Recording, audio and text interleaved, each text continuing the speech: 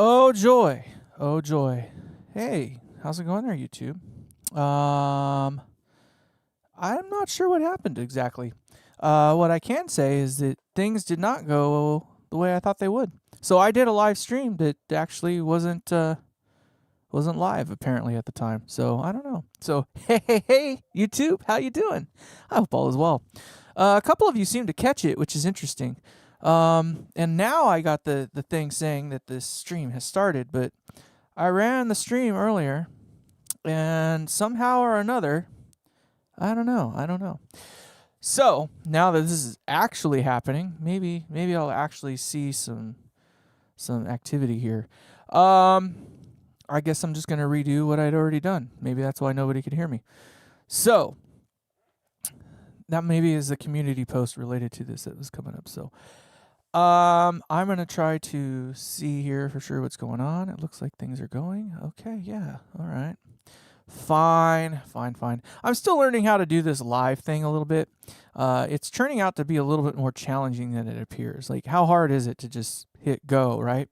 But with OBS and YouTube having to talk, the interesting thing is I hit go on OBS, and I guess maybe you have to hit the go live button now. I don't know when that came about. Before it was just go, So I know that I'm live at this moment in time, at least, because I can see on the screen that things are actually going around. So I want to thank anybody who is currently in here so far. I appreciate you and all that fun stuff. If you, I guess nobody actually did see me. I don't know. So we'll just kind of recap where we were at. So I started off in this last supposed stream talking about my week. So I had a pretty busy week. I did finish the 5e3. If you're new coming into this, the amp that we were doing for this giveaway, I did complete. And it is, yeah, shut up, YouTube, I know. So it is complete. I have already done some modification to it to get it where I wanted, and it is right now awesome. Like, very, very awesome. Very, very addictive amp, fun to play, and very hard to stop playing with it. So that part was cool. And then how do you explain it? So it's already gone. Like, it's not in my possession right now. I'm not saying that it's with the winner. I'm just saying it's already gone, as in I have it off, given away to a friend at the moment to play with it and give me some feedback and break it in and all that fun stuff. So far, the feedback is good. He says it's amazing, fun to play, very addictive, just like I was saying, more or less. But he says that more or less, if you can't get anything out of this amp, you are not a good player. It's hard to break it, apparently. Hey, Carno, how's it going, my man? I appreciate you coming in. I'm sorry, this stream was supposed to start at 5 o'clock, and I did start at 5 o'clock with a stream. Apparently, it wasn't the stream. So it's weird because I was doing a stream. It showed me that it was doing a stream. It's not on my thing in YouTube at all, which is kind of interesting. So then I got a couple chats that came in, and I'm thinking, okay, so there are people here, right? But in either case, yeah, apparently I was streaming to nobody, so I was kind of saying my piece, but it landed on deaf ears. So here we are now, actually doing it for real this time. So thankfully we got it kind of figured out. So I just want to thank you for coming in if you have. So probably those of you who would frequent my live stuff and my channel just in general probably already know that I got a little bit of guff earlier. Hey, how's it going there, Francisco? A little bit of guff for how I was running this giveaway, if we want to call it a giveaway. So just to give you a little bit of history on this giveaway. It did not start as a giveaway. Initially, I wanted to do it as a raffle. But as I started doing the video and was getting, invested and at a point where there was no turning back, so literally poking holes in metal, by that point in time, there was like zero interest. Nobody was giving me so much as a hi, a yo, or freaking awesome. How do I get a raffle ticket? Nothing. Not a dang thing. So I was like, all right, well, I'll make it a little bit more interesting and make it so that there's no reason for anybody to argue with me whatsoever. I will give the amp away. All right, I'm not in it for the money. Okay, so I did that, and then all of a sudden, people start coming out of the woodworks. Oh, free amp. All right, here, let's go. Now, Internet Money was by far the only one so far from the get-go who was interested and active in it whatsoever. Like from the get-go, from the word drop, he was go, right? So yeah, like I gave him a couple extra points because he's done things no one else has done. Be above and beyond just answering a couple questions. And to lay out a little bit more history on this thing, I was setting up the rules of engagement for this game about 2 videos ago. And I thought I made it pretty clear. But, I thought I said in there, and I know that I said at one of my latest videos, that in order to play this game, you got to answer some questions, right? You're gonna have to jump through some hoops. Obviously, the objective is to get you to watch these videos. They're boring AF. But hey, I got to steal your time some way. Somebody is going to win all of my time and effort, so I'm going to steal a little bit of yours, right? Is that fair? Hey, there you are, Team My DNA. All right. So I was just talking about you, saying good things. Don't get me wrong. And I'm not upset at Andy by any stretch of the imagination. I know he was giving me some guff, but I just want everybody to understand that I don't know what else I can do. Like, talk to me. Like, how much more fair can you be if all I'm asking you to do is answer a couple questions? You have to watch the videos. Pretty simple, all right? Hey, that guitar guy, how you doing there? So I don't feel that's too much to ask, and I know that some people don't have that kind of time, but let's be real about this. I don't want to just give this amp to somebody who's just going to take it and, give it away, or is just going to sit it in the corner, or 3 weeks from now, or 3 weeks after they get it, put it on reverb. You know what I mean? Like, I want somebody to win the amp that actually wants to win the freaking amp. I want them to want the amp. That's not that much to ask, I think. I'm putting my time, my money, my effort, all that, everything into making this as good as I possibly can. I still want it to be fair. I've never said who's going to win it yet. I didn't say that the favors are in somebody, like the odds are in somebody's favor at the moment. I mean, I kind of implicated that, but realistically, there's only a few more videos that I'm going to be putting out for this build series, which means there's only a few more opportunities to even garner points. So, I think maybe Andy kind of forgot he already had 2 in the hat, which is 1 less than the only other person that had 3 at the time in the hat, right? So I don't know. I don't know how much more fair I can possibly make it. I think somebody ratted on me is really what happened. And they told Andy what I was up to, and that's why it kind of got to where it was. But I think they missed the part where I kind of said that this whole points thing was basically going to turn into tickets. So if you get 10 points, you got 10 tickets. So every point turns into a ticket. And what do you do with a ticket? You draw it out of something, right? I mean, you're not selling it. You do, yeah. Well, that's kind of why I'm doing this video right now. I was a little miffed, to be honest. When I say miffed, I mean like I'm sitting there contemplating like how else can you give away something and get shit for it? Realistically, it's like, wait a minute. Why am I in trouble? I'm the one doing all the damn work right now. So, in either case, moving forward. So yeah, all those tickets will get put in a box, and one will get pulled out. And I kind of like the way Andy was going to do his, where he, has a blower in there, and the last ticket out of the box is the one that wins. I kind of thinking that's the fair way to do it. Now, he kind of mentioned that he doesn't have time to watch my videos. Well, then you don't want the amp, then do you? Right? Like, it's not that hard. And I got another person that hit me up saying, hey, I have, I can't dedicate that kind of time to get back into these things within that time frame that I gave. And I gave 24 hours is more or less what I did. A little over 24 hours, to be honest. But, I mean, let's just be kind of fair and real about it. If you want the amp, you will figure it out. Internet money has gone above and beyond. And I'm pretty sure he'd be a little upset if at the end of the game he lost. But I haven't heard from him going like, oh, dude, you're going to freaking bone me because yada, yada, yada. You know, I'm not going that route. Yeah, right? No, so I wanted to do this video to make it very, very clear. I am trying to do this the fairest way I know possible. And since I couldn't get anybody to give me $50 to put into a thing to buy a ticket, then you're going to have to spend some time. You are going to have to watch my videos. Whether you hate my voice or not, just watch the video.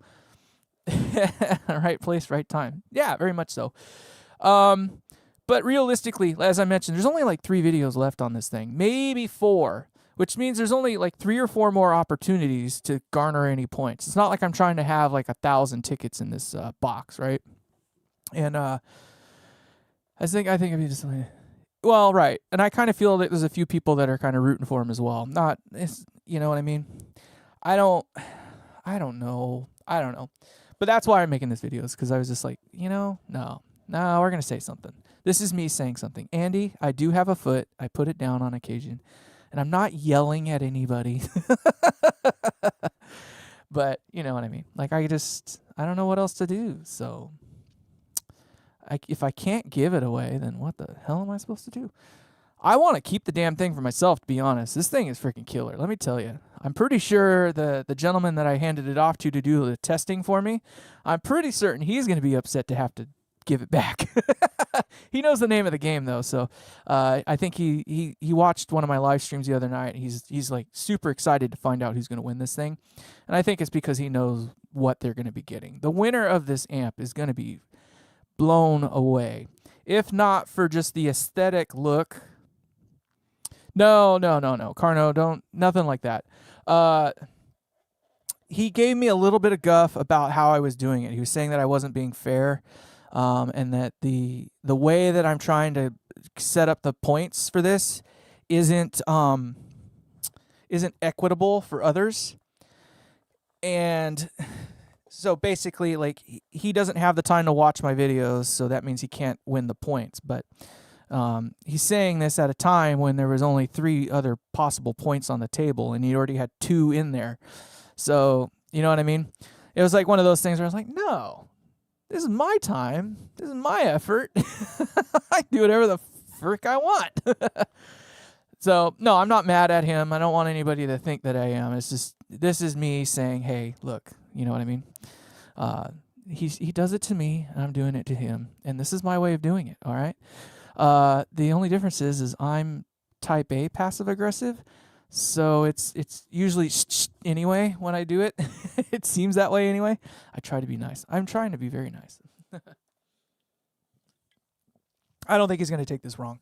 I'm not slighting him at all, and I don't want anybody to think that I am. I still love Andy. I'm still going to watch his stuff. I was there earlier today, so I just needed to clarify things a little bit.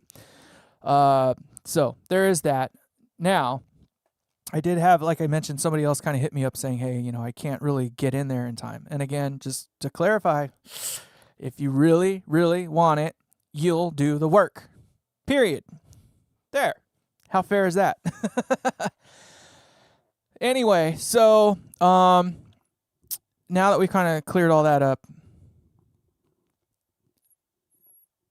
No, well, I'm not trying to blow up my channel. To be honest, I don't want followers or subscribers that are just there for whatever reason. Like, I think kind of what we're doing is unique, where it is more or less a channel about amplifiers or how to build amplifiers. And in his case, it's like live action comedy, if you will, while also being, centered around building guitar amplifiers. I kind of feel I'm like running up the back end of it with more focused content on that regard. I cannot afford to go live. I'm not that interesting. I told you a million times. Like, I sit in a cubicle all day fixing computers, so I'm not that interesting. But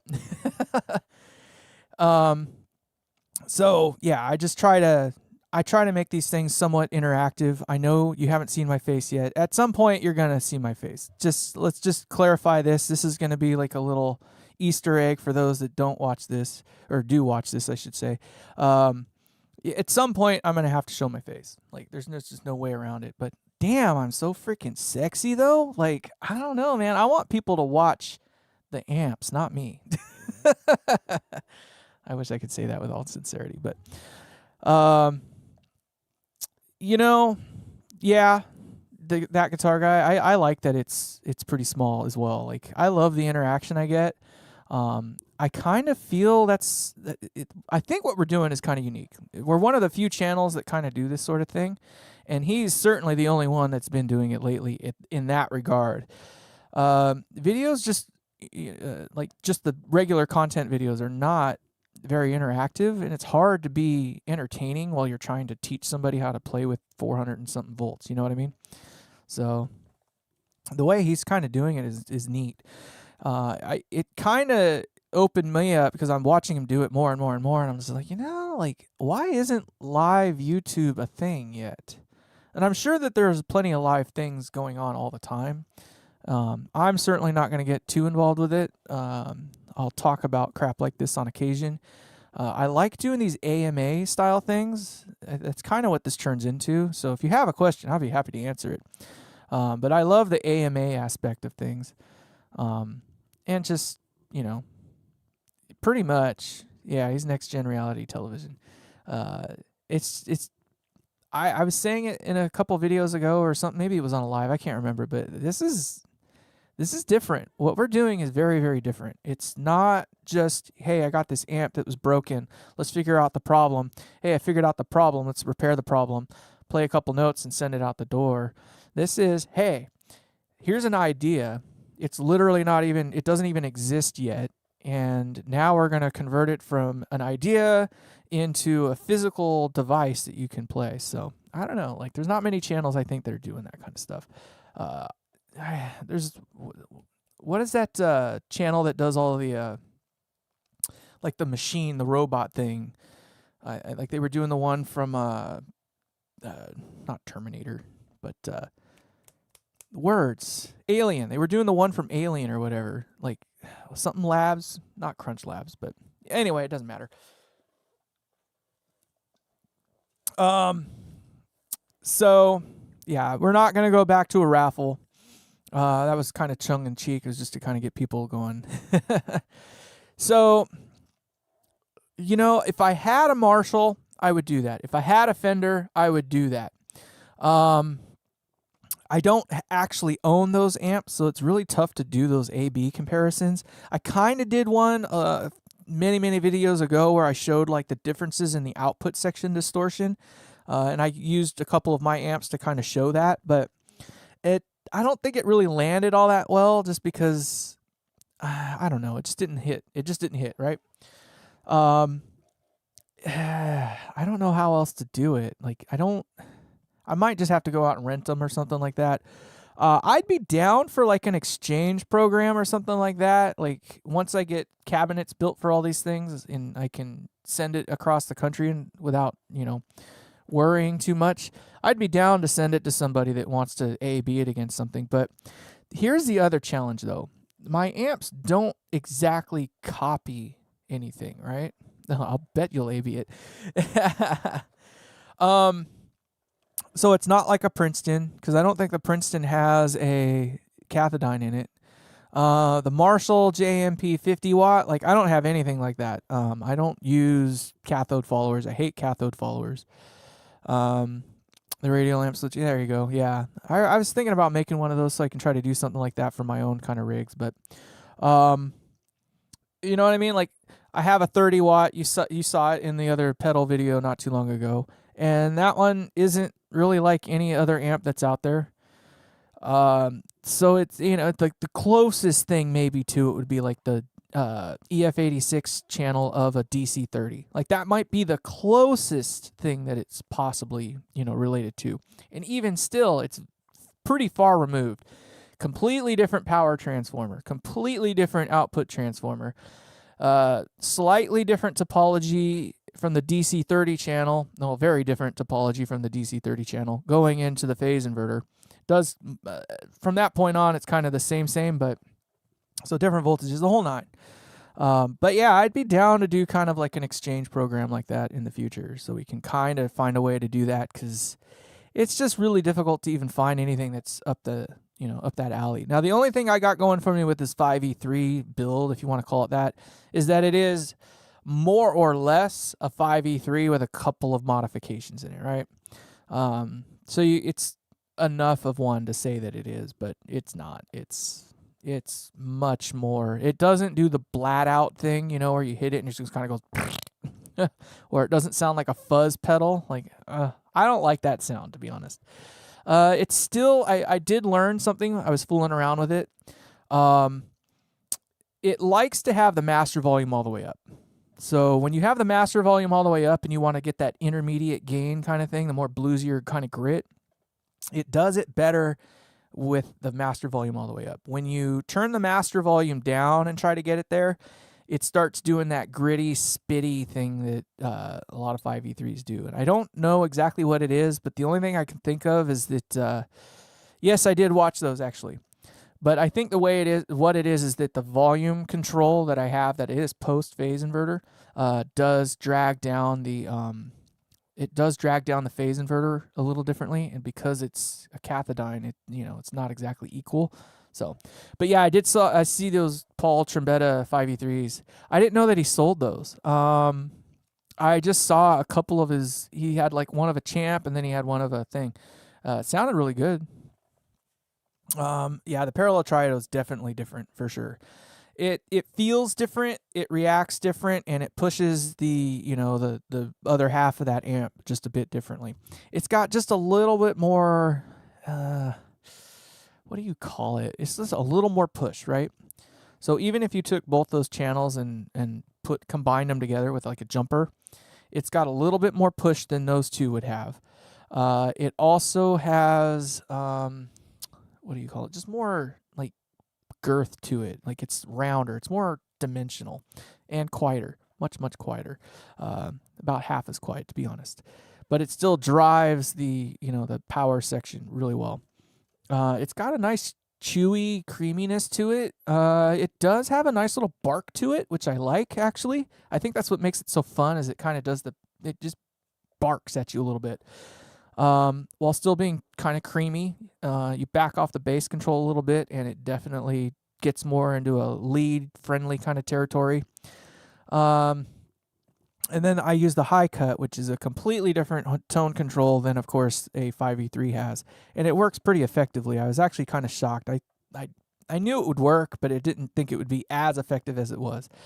I think because of the way the cathodiene phase inverter works, it's good at getting like some of the upper mids and, some of the highs out. Like it will tune some of that out, but it leaves just the highest of highs in there. And I think it's just the way that the cathode versus the plate kind of drives things, so they're not as affected by one another. I don't know, whatever it might be. Since it depends on common mode rejection to work, I think just because there's a difference in how those signals work, it doesn't do the typical thing that you'd think it would do. But it's neat because it does mute it, but it leaves just a little bit of the high frequency there. So it's almost like a tone shift, if you will. It's kind of neat. I like it. So,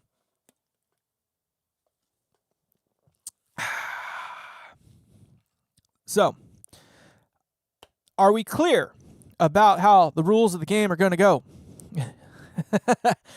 I am going to tally up some points. I am going to do it. They are going to go into a bucket of some sort with a little hole in it, and a ticket's going to pop out. And when that ticket pops out, sorry, you lose. You're out of that one. And if you're lucky, you'll have 5 or more tickets in the bucket. And with any luck, you'll have the last one in the bucket. And we'll call it the fuck it bucket. And I'm just teasing. But yeah, the last one out wins. So I think it's going to be fun. So I really hope the people that do play this game are the most interested. I think it's kind of clear that Andy doesn't actually want to win. I mean, he pretty much already said that if he won, he'd just give it away anyway. And I was like, well, why would I give it to you then? Even if you did win, like, if you're just going to give it away to the next guy, then what's the freaking point? I was like, But anyway. Do we have any other kind of questions or anything like that? We're rounding out like 25 minutes, so I've gotten my piece out. There's not much else going on. I can tell you that I will be doing more stuff with other amps here soon on this channel. I know that I've been focusing a bit on this 5E3 thing, whatever the hell the Peacemaker is what we're calling it. So it's the Peacemaker. I have a 30 watter that I just never quite gelled with 100%. Like, it does a cool thing. I was talking about it. You're good. Well, fine, Carno. I get it. Don't interact with me. I can't really explain what the head shell looks like. I can tell you it's going to look amazeballs. It's going to be 3/4 inch thick plywood, and it goes around the amp. I'm just fucking with you. Cathode followers. Why do I hate them? So they do have an effect on the sound. Right? So some people say it kind of mellows out the distortion a little bit. It does this thing. I find that they kind of enhance like the upper mids, like the highs and the upper mids a little bit too much for my taste, even if it does kind of smooth out the distortion. So it'll take a distortion that's kind of ratty, if you will, but it will smooth it out and make it a little more pleasant, I guess, to the ears. And it's just the way that it itself distorts, and it kind of works in the middle there. And it does do that very well, which I think is why some people really like the JCM 800s, et cetera, anything in the Marshall territory, right? That cathode follower is really what makes that amp kind of do what it does in that regard. But I don't like high frequency like that. And it just, I just can't get it to do what I want it to do. Even in that pedal, it sounded fine in the pedal, and you can make it work. That wasn't necessarily the problem. It's shocking how much distortion is actually created just in the cathode follower itself. So I don't know. I'm not a fan of it. Every time I use it, I'm just like, next. I really kind of just like getting the phase inverter and the output section going. Like, it doesn't have that singing infinite sustain thing. Like, it doesn't do what a diesel does, where you put your finger on the fretboard and it just kind of sits there and goes forever, that sort of thing. Obviously, that's just not the goal of that type of distortion anyway, right? It's just more output section distortion, so it's a little more crunch. It's like, grah. It's got some balls to it. I like the balls. And the feel. It feels better, too. Always feels better in your own hand. I mean, what? So, yes, I will be doing a higher gain amp. That's coming up here pretty soon. I want to do that theme build that Andy and I are going to do. I want to get going on that here pretty quick. 2 reasons. One, as I really want to do that thing with him. I want to see if we can pull more people into that kind of stuff. I think it would be neat to get at least another couple channels to kind of follow this path that we're heading. And I would love to just do it in general. And then I have another friend who's just like hounding me. Let's do it. He's like super stoked to try something like that. He's bopping out all kinds of ideas at me and stuff like that. So those are the 2 predominant reasons I want to do that, though. So soon. After that build, though, the game is going to change for me a bit. Objectively, I am going to get these head shells taken care of. So I don't know if you caught it the other day, John, but I was talking about the head shells, how I kind of like the pastel colors. I don't know what I want to do for the Peacemaker. I would like to do something more country themed, but I was kind of thinking of just going with like baby blue. Either a light blue, kind of like this color here. I think it contrasts well with the faceplate color. So you'll have the black, that gold kind of color, and then this light color blue. I also have like seafoam green. Hold on, let me see if I have a piece I can show real quick.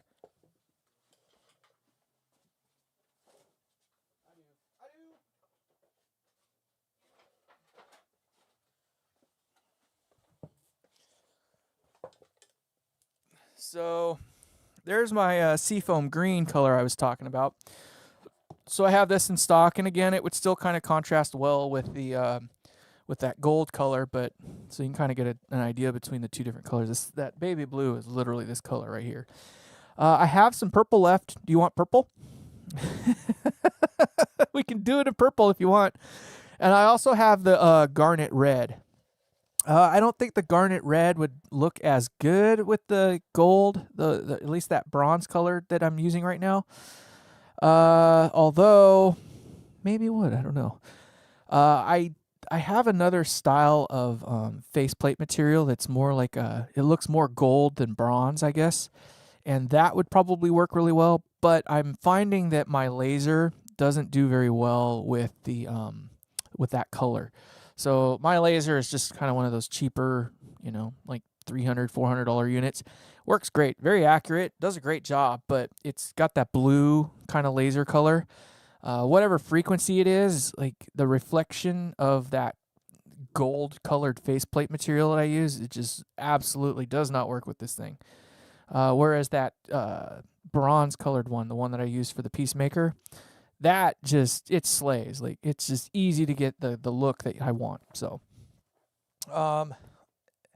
as far as what colors and everything I'm going to go with, I haven't decided yet. I'll probably include all of you guys in that when we get to that point. But I started looking. I was thinking of like doing like that country floral thing. I don't know if you're into that.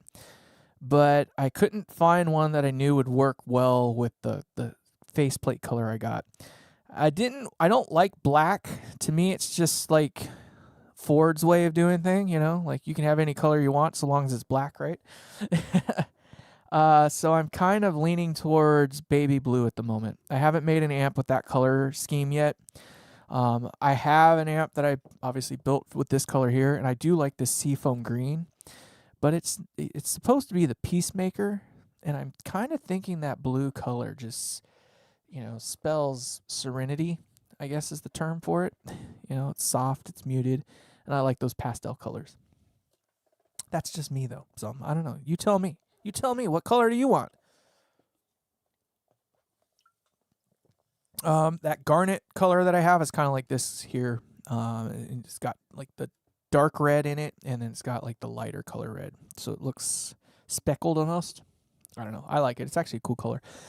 So the RR, the other amp that I was talking about, the newer style one that's kind of based on the Rocket, that was what that color was slated for. So that one I'm probably gonna have to figure out how to make the that gold color faceplate material work. We'll see. I might just have to go out and buy another machine with a different color or something like that. So we'll see. And then, I have, so that 30 water, going backwards a little bit, that 30 water that I was talking about before, that you saw on this channel before, it's a really cool amp. I like it. It's kind of like a DC-30. I don't know. I've never been 100% sold on it. Like, to me, it's just too similar to a DC-30 to say that, it's different. It is different in many, many ways. It's nothing like a DC-30, but it's never done anything to me that was so strikingly amazeballs that I had to have it. Like, it does a thing, and that's about all I can say. So I'm kind of half tempted to fiddle fart around with that a little bit more and perhaps get a little more, gusto out of it. So we'll probably highlight some of that stuff here in the near future, because that is a build that I did not show on this channel actually. So the Atlas is another one of those ones I have not shown on this channel, but you saw at least the completed amp itself. But I need to turn into a wood shop for a little while and start banging out cabinets, which is kind of why it's helpful that we're doing this 5E3 build, because now that's going to force me to get into that mode, and I will create a head shell for that. Oh, there you go, Dan. Pleasure.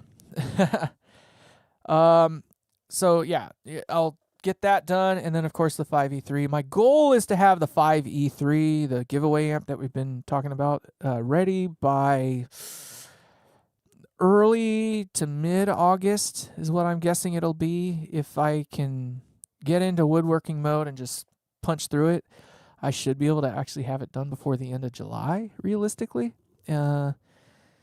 I mean, it doesn't take long to build the box. Like, that part's the quick part, but it's all the finishing work. In theory, I have everything I need to build it today. Sans coming up with how I'm going to.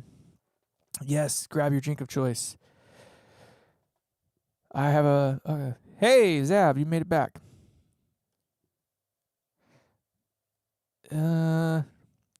So here's an interesting, pretty pumped. You know, those oversized, man, they got some, right? They got some balls to them. They're definitely huge. So Zab, here's an interesting one. There was someone else that was talking about kind of not exactly what you were talking about, but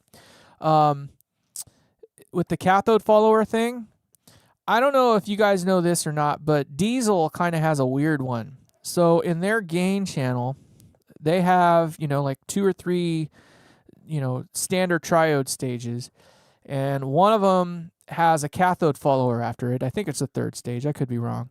But then after the cathode follower, I think they go into an EQ and then another gain stage.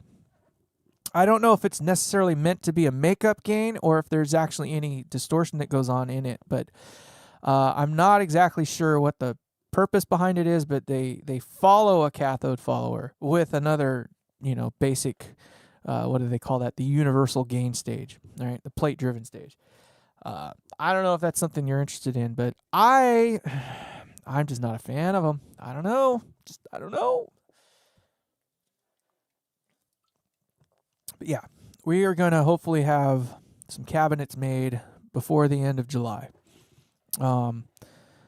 I just need to figure out how I'm going to do the back. No, it's actually not. It is part of the gain staging for sure. Maybe it is in one of their other amps, but I'm almost positive it's not like the SLO, the Soldano. Where that other gain stage is part of the loop. You can get that to distort a little bit, but that's why some people don't really like the Soldanos that much. But this one is actually part of the whole signal chain before any kind of loops and stuff like that. So I need to figure out how I'm going to get the back. So this is like the back of like a combo amp that I built, right? Well, I want to make it so that the chassis butts up against it like this and that I have something like this in the back that the amp fits within, right? Well, as you can see here, I need to be able to finish it and I want to have a rounded edge. That's not so much the problem as on the back side, I can't have any Tolex because that's where the back of the amp sits against it. And because of the way I do the mirror on mine, if I can't have the Tolex on the back, right? It has to be raw wood and it has to stop at the wood to make it so that the mirror is almost literally butted up against the back side of the chassis. So that makes it challenging because I want to have, a similar shape to this, but I want to have a rounded over edge and it's got to be integral to the back of the amp and I have to be able to Tolex it. So it's got to be a separate piece of Tolex because I want it to be one single piece like this. And I would like to put a piece of wood in there. Yeah, like I literally find ways to make my life difficult. I'd like to put a piece of wood in there that I can route out my, my logo, and then you could see either Tolex behind it or some other form of raw wood. I have a few ideas that I know I can make work, but then I run into other problems. So one of them was to create a panel like this that was just, it had the cutout down here. Imagine this just goes straight across. I do that, I round over the edge, and I Tolex that like normal. No big deal. Like, we can do that all day. I'm a little fearful because I don't know how permanent it would be because it would be a raw edge. There'd be nothing to hold that Tolex anymore. It would literally be depending on the glue itself. So I'm not happy about that. And then I can route an inset into the panel, and then I can put a chunk of wood in there, and then I can route the wood so it, shows my logo. But then I just end up with a piece of Tolexed wood with a panel in it, and I just don't know if that's going to look right. So I'm trying to I need to find an artist, or I need to find a company that can make my logo in like a piece of. I'd like it to be like anodized, not anodized, like steel or brushed aluminum or even out of wood. I guess I can make it myself out of wood, but it's a pretty wasteful idea, to be honest. But I want to have it, then I can just stick it on a panel that looks like this. But I still have to figure out how to Tolex it. That's the part that's killing me. If there is a way to make the design more difficult, that's what I'm going to do. So it just seems to be that every time I do one, it's a little bit more difficult. I solve one problem and then create two others. That sort of deal. So I'm out of Dr. Pepper. I'm not going to go get another one. I haven't burped yet either. It's not a real show yet. We got to work on that. Part of the loop. So the guitar guy, I know we're kind of late to the party on that question. I saw it come up a little bit ago. I can tell you that there is a difference between putting the tone control early in the gain staging as opposed to later. Most of the amps, a la Marshall and stuff like that, put it towards the ass end, and several Fender designs, and then of course the more famous Dumble ones, it's early in the design. I can't say which one's more effective. What I can say is that in theory, if you use an EQ before your amp, right, you can pretty much make it shape however you want. Like you can shape the tone kind of how you need it. You can cut the bass, you can add the bass, cut the mids, add the mids, etc., all that stuff, right? So you can kind of shape the sound of not only the amp but the distortion and where it starts to clip first and stuff like that. And that's, I think, why that kind of topology works so well, is that all the tone shaping is done very early, and so you can kind of set the pace for the rest of the amp before it gets to that stage, which I think is what makes it so creamy, is because you can mute out some of the highs and that tames it down. So if you don't have as much highs going from one stage into the next, you're going to have less high frequency distortion, right? Makes sense? So then you got late stage stuff, which maybe is more, hey, Short Circuit, how's it going, my man? The late stage EQ, I think, is perhaps maybe a little more effective. Maybe, I don't know. I find it just too, what's the word? It's interactive. They're all interactive anyway, but it's too interactive, and it's got a sound to it, and I don't like the sound. I guess, like, to me, it's either too bright, like always too bright on some of those amps. Like, I don't know what it is. Like when you have to basically roll the highs almost all the way down to make it so it's dark enough to want to live next to the damn thing. I don't know. Maybe I'm just not that lucky. But that whole thing where the tone knobs are up the middle part or idea just doesn't float with me. Like, I want to know what the amp sounds like without any kind of tone controls in it. So if I dime all of those controls, in theory, it should be like the tone stack's not even there. Well, I don't know when the last time you've dimed all the knobs on a Marshall style amp. Generally doesn't sound that good, right? Which is to say that the amp in and of itself doesn't really sound that good naturally. You take the tone stack out and it's going to sound like doo-doo. Another thing I think that makes the I think the JCM, like the Marshalls and stuff, sound the way that they do is they use a hell of a lot of feedback, like negative feedback. I think like the JTM 45 used 2x the amount of negative feedback than the Bassman that it copied.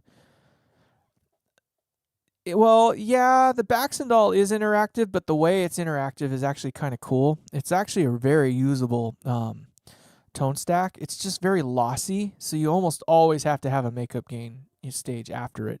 The cool thing about the Baxendall is that you can actually get kind of like a mid hump out of it. So the way that they cross over is pretty good, like right in the middle, right? I'm trying to make it so you can actually kind of envision it, but when you dump all the highs out, it leaves all the lows, and it just kind of has like a low thing. Same with the lows. You dump all the lows out, and the highs kind of stay put, and it's got its little curve. And then there's a spot in the middle where they both kind of combine, And when they're in the middle, where they kind of overlap a little bit in the middle, it fills in that section with the tone. So if you turn the highs and the lows up, it goes above and beyond that zone, and you end up with like a little scoop in there, so you can kind of get the scoopy mids. And then, of course, as you roll the highs and the lows down, you can get to a point where it's neutral. And then if you keep going down even more, you actually end up with a mid hump. So it'll leave the mids in there and suck the lows and the highs out. So it's pretty useful in that regard. It was halved by versus the base. I was under the assumption that it had 2x the amount of negative feedback, not 2x less. I could be wrong though. Usually I'm not, but I'm pretty certain. I could be wrong though. In fact, I wonder here. Let's find out.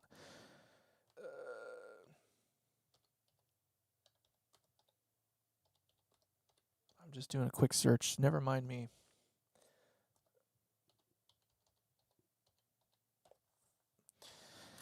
Uses KT6. Of course, it doesn't say anything about the negative feedback. Reading. Negative feedback, but the JTM has a slightly higher negative feedback resistance, resulting in a more pronounced negative feedback effect. That's kind of what I thought. So it's that was my understanding. I don't know. That's whatever that one page that I read seems to support that idea, but how do you explain it? So generally with the higher the amount of resistance, right, you would be reducing the amount of negative feedback that goes into the loop. But then they used a different tap. Well, the different tap that they used introduces more negative feedback, right? Yes, so higher negative feedback resistors, so larger values. So let's say 10K versus 100K. So 100K would mean more reduction in the feedback that gets fed into the loop, whereas lower would mean a lower value means more feedback getting fed into the loop. But it's, how do you explain it? So the tap that they use, so there's the 4, 8, and 16. It's a current driver. So 4 ohms has less current, therefore less negative feedback that it'll present into the loop. 16 ohms it's not actually like 4x the amount of negative feedback, but there's a mathematical quotient to it, where if you use one value here and you use it on all 3 of them, yeah, by the time you get to the 16 ohms, it's like having 4x the amount of negative feedback. Well, I think what they did is they took a 47K and put it up to 100, and then they went from the 8 ohm tap to the 16 ohm tap. So it's kind of, I guess it still works out that it was double the amount of negative feedback as what the baseman used. I can't remember the exact math on it. It's something along those lines. I could be wrong though. But yeah, the less resistance inside of the loop and the more current that is driven from the tap that you use, so 16 ohms being the highest amount of current driver for that, the more negative feedback you get. Too much of a good thing is still too much though. So if you add too much negative feedback, you can actually get into oscillation and instability. Some people kind of like it a lot because it highly linearizes the output, right? Because it's really trying to take everything and turn it into equilibrium, right? Yeah, that's a clever way to do it. What you're talking about, what Zab is talking about there. No, it's all, dude. It's not about who's right, who's wrong. It's just, we all remember what we remember. I could have been wrong, so no. Don't argue with me though. I'm kidding. But what Zab is talking about there with the 47 plus a 250, you can actually find like that magic number. What I don't really like about, I don't mind negative feedback loops necessarily. It's actually the presence knob that I don't really like about them. So the presence knob is designed to shunt out the frequencies that you want to actually enhance, right? So you have to think of a negative feedback loop in reverse. So what's not in the loop doesn't get canceled out, right? So if you shunt away a bunch of low frequency stuff, then all it can do is shunt out the high frequency stuff, et cetera, right? So that's how you can create the difference between the resonance and the presence knob. So in the case of the presence knob, it's being utilized to suck out the highs, which then means it's running, it's not being run into the feedback loop, which means it enhances the highs. It's totally in reverse. It's kind of hard to wrap your head around at first. Hey, that guitar guy, take care, man. It was a pleasure and a joy. I'm glad you came in and hung out with me for the 51 minutes I've been on here. You know what? I'm going to talk to you guys like real talk time. So, it's like I spend the first like half hour just kind of yip yapping, talking a bunch of nonsense. It's not until you guys actually start coming in and getting involved that I really start to enjoy it, because I love that back and forth. I just love that back and forth. No. So positive feedback is always going to result in oscillation, pretty much 100%. It's just because there's no way to control it. So if you put any positive amount in, like unless you have a way to limit that cycle, it's just going to go into oscillation. So you got to be very, very careful. I don't know of any instances where I've seen positive feedback being used. I don't even know if you could get away with it, to be honest, without a severe noise penalty. Yes, the local negative feedback thing is a thing. It does work. It is very effective, and it actually kind of works very similar to the output section in how it does that sound, that refined sounding thing. It does kind of add like this level of compression and smoothness, but it does add noise. You got to think of it. You're sticking a 22 meg resistor in your signal chain that is feeding back into its own grid, and it does introduce some shot noise, just a little bit, some noise. But then again, it's also negative feedback, and you have to think of negative feedback as like a linearization tool. So if you have this mid hump in there, right? And you'll get squealing, and it's real sucky real quick. So you end up with this peak, right? Let's say you naturally have this peak. You introduce negative feedback. It wants to get rid of that peak. It wants to linearize things. Well, what did you do? If everything over here stays the same and you get rid of that peak, now you lose all of that gain that you just had. So the only way to make that gain back up is to turn the volume up. Well, everything down here still exists. All the noise that's down here still exists. So when you bring the volume up, everything just came up with it.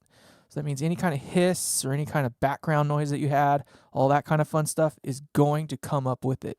And the more negative feedback you loop in, the more you're going to linearize and squish down, compress, if you want to call it that, your signal, which means you're going to start closing your floor to your ceiling down just that much more. And the only way to make up that gain, to have the same relative volume, is to increase the volume. And that means everything that's in there goes up with it. That's why the noise increases. One of the reasons I don't like negative feedback. That is just... So if you use it more holistically, not holistically, what's the word for it? Yeah, holistically. Let's say you don't do like the presence knob or anything like that. You're literally just taking the signal, feeding it back into an earlier portion of your amp or whatnot. So all the frequencies are treated equally.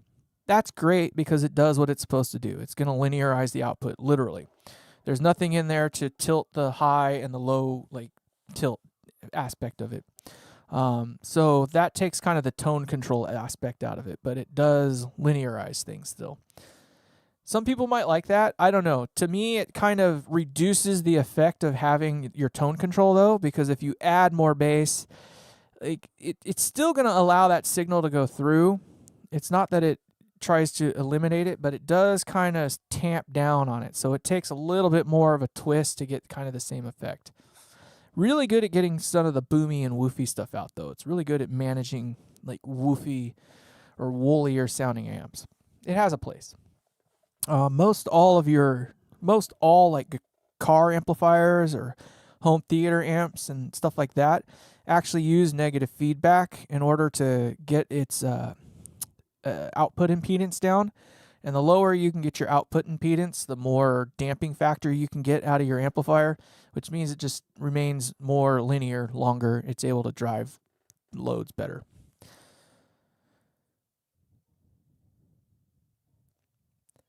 So yeah, that's the cool thing too is, well, I guess in the case of a champ, with the negative feedback, it cleans up a little bit, but it kind of once it's non-linear. So when it's a show now. Sorry guys, that was rude, but it was right in your ear. I had the opportunity, I took it. All right, seize the moment. I'm not. I wish I were the wizard. So the feedback loop does reduce gain, right? But once either the output tubes start to distort, or at some point something in the loop starts to break down, and we'll call it breakdown, where what goes in is no longer what came out, right? Then you start to go back into normal operational function, right? It'll start to distort like normally. And it's cool because that's how you get that kind of on-off distortion thing that a lot of people like in those styles of amps. So with the way the champ works, it is actually kind of nice to have the negative feedback loop in there. And they did get it pretty dialed on that amp. I tried it without, and it gets really dirty really quick.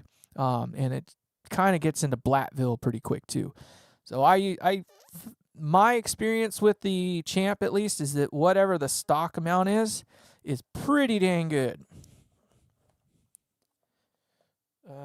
Okay, yeah, I got a text. Nothing. An AC30 seems to be much more effective. It could be. So like the AC30 has a cathode. Well, depends on which version I guess you're looking at, but I would say that is a pretty big reason why it is more effective in that amp. Is yes, it doesn't have anything to limit or change what that tone control is doing, because they only have a bass and a treble.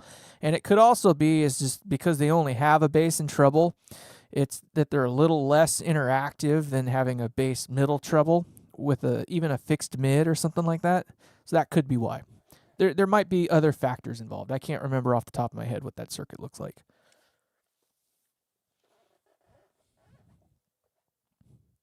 So I've only got 3 of you in here right now. Where the hell did everybody go? I see TYDNA. I got Dan with me. I got Zab here. Short Circuit. Where are you guys all at? Where'd you guys go? Tell everybody to get out of Andy's thing and get over here.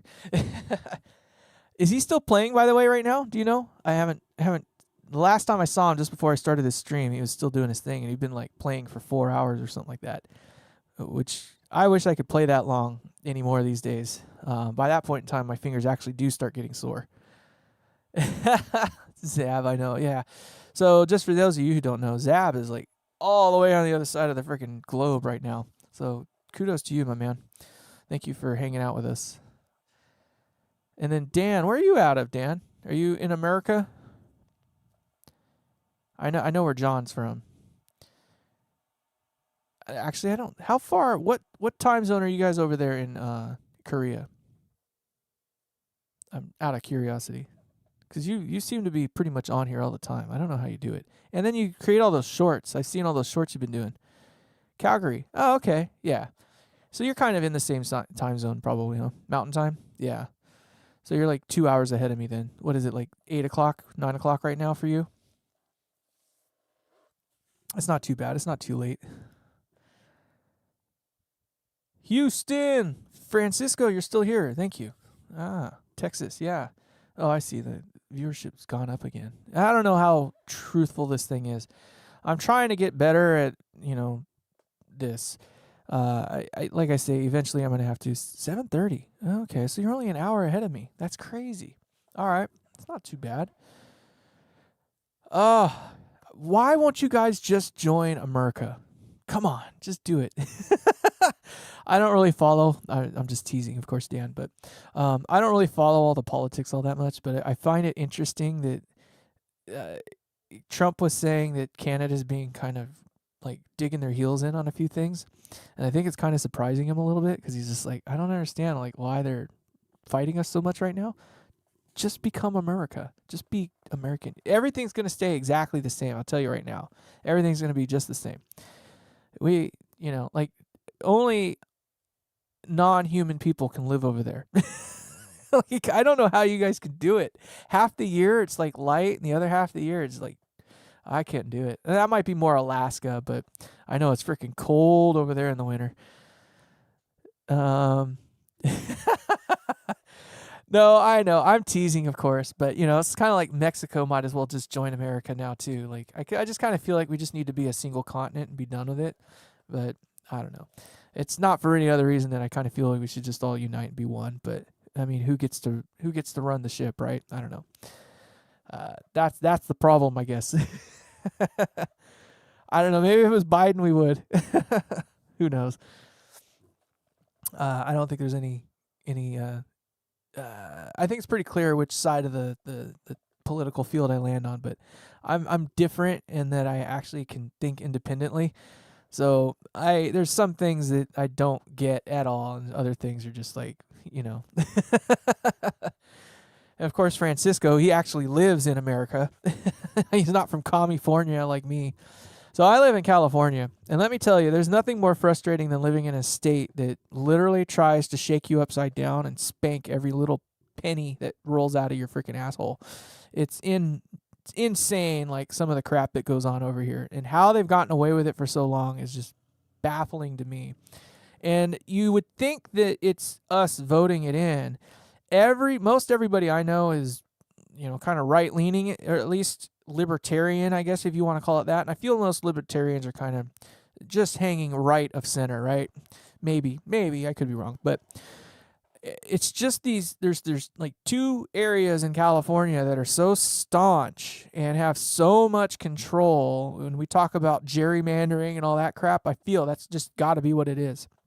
I don't know how literally 2/3 of the state can be red, and yeah, Los Angeles is one of those areas, man. I just don't know how 2/3 of the state can be red, but we're still a blue state. I don't know. It's I don't know. Gavin should not be where he's at right now. He should not be where he's at right now. That guy. I can't wait. He better not run for freaking president. Yeah. No, I wouldn't mind it. So I don't do well with heat. That's my problem. So if it wasn't for heat, I'd love to go to Texas. It's like actually living in America, or any kind of state where you can walk around with a gun, on your hip for whatever reason. Like that's true America right there. Not that I want to or need to. It's just if I want to, I should be able to. Here in California, like you can't even walk it out to your car technically legally. It's freaking stupid. You have to have it in a case. It's got to have the thing in there. It's like, well, it doesn't do you any good that way. You can't have the bullets in the same thing, so you got to have it in another case. And it's like, what's the freaking purpose of it then? If it's not for self-protection and it's just for plinking off a thing, then what the hell difference does it make? So, I don't know. Oh, there you go. For 110 to 230. Well, why are you trying to go to 230?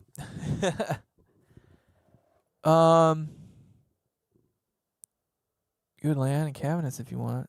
Yeah, right. I'm down. I like Kentucky. I don't mind that area. It's still just hot. Like I was saying, I don't get along with heat that well. So I live in an area of California, Santa Barbara area.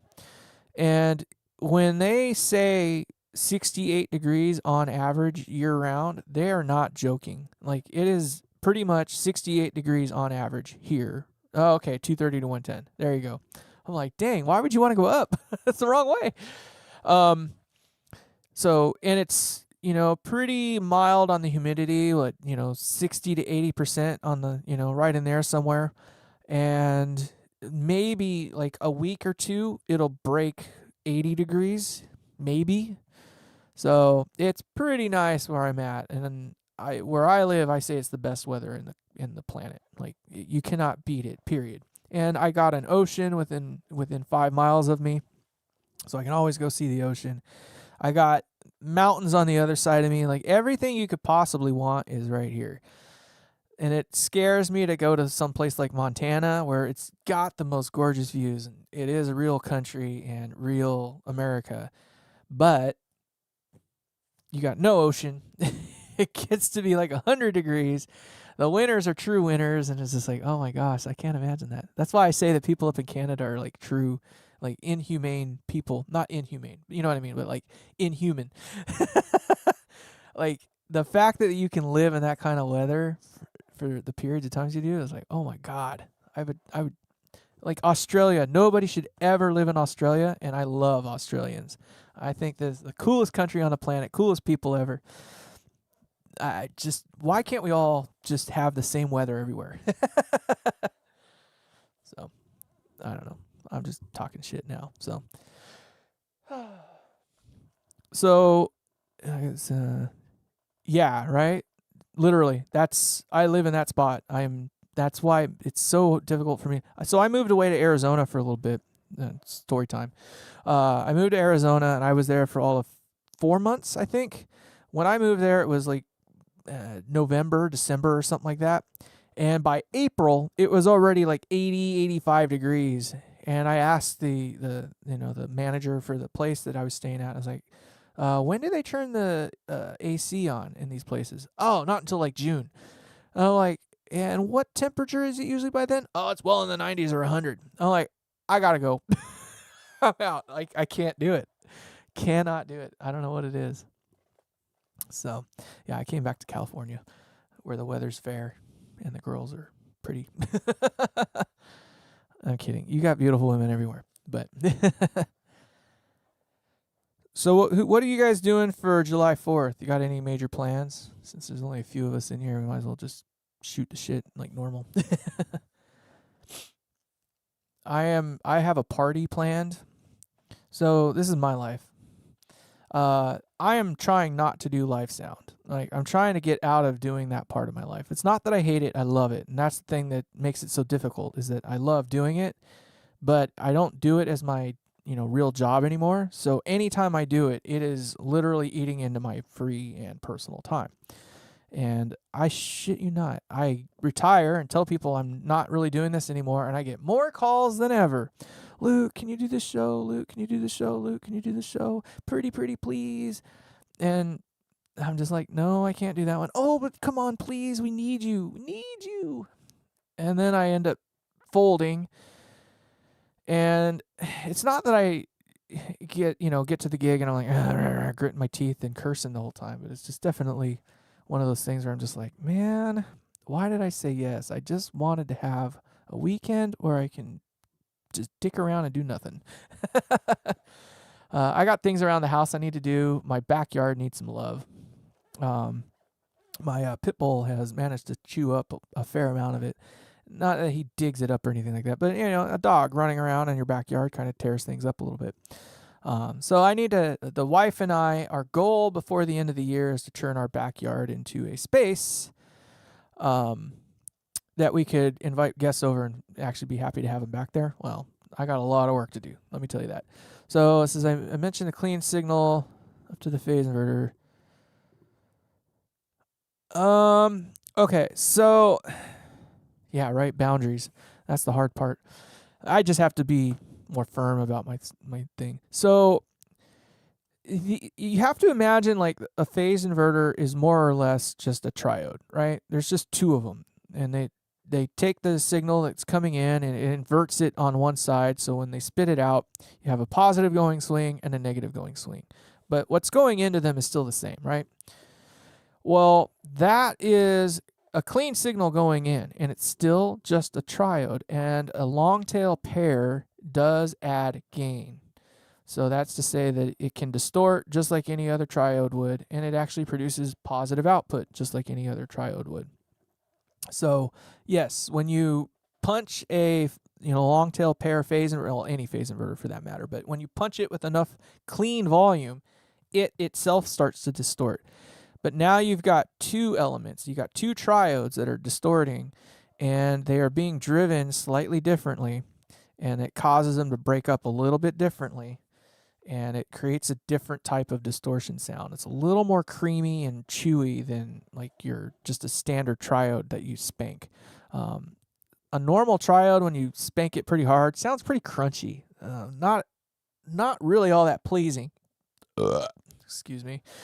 But then when you cascade that into another triode that you also then get to distort as well, then you start building up more and more harmonics, and of course you got distortion stacked on top of distortion, which kind of sounds like stacking gain pedals, right? Well, and that's how you can grab some of that depth. So when you start doing like 3 or 4 gain stages, you can really start to create this cacophony of distortion, if you will. And yeah, you can get it to get into the singing sustain. It'll sound really sweet and violin-like, and however you tune those stages can get you there. So, camping on the 4th, hell yeah! I went camping the other day or the other week, and that was much needed. I need to do more of that stuff. So, do amp stuff, do new formulas, and crush the current cancer market. Yeah.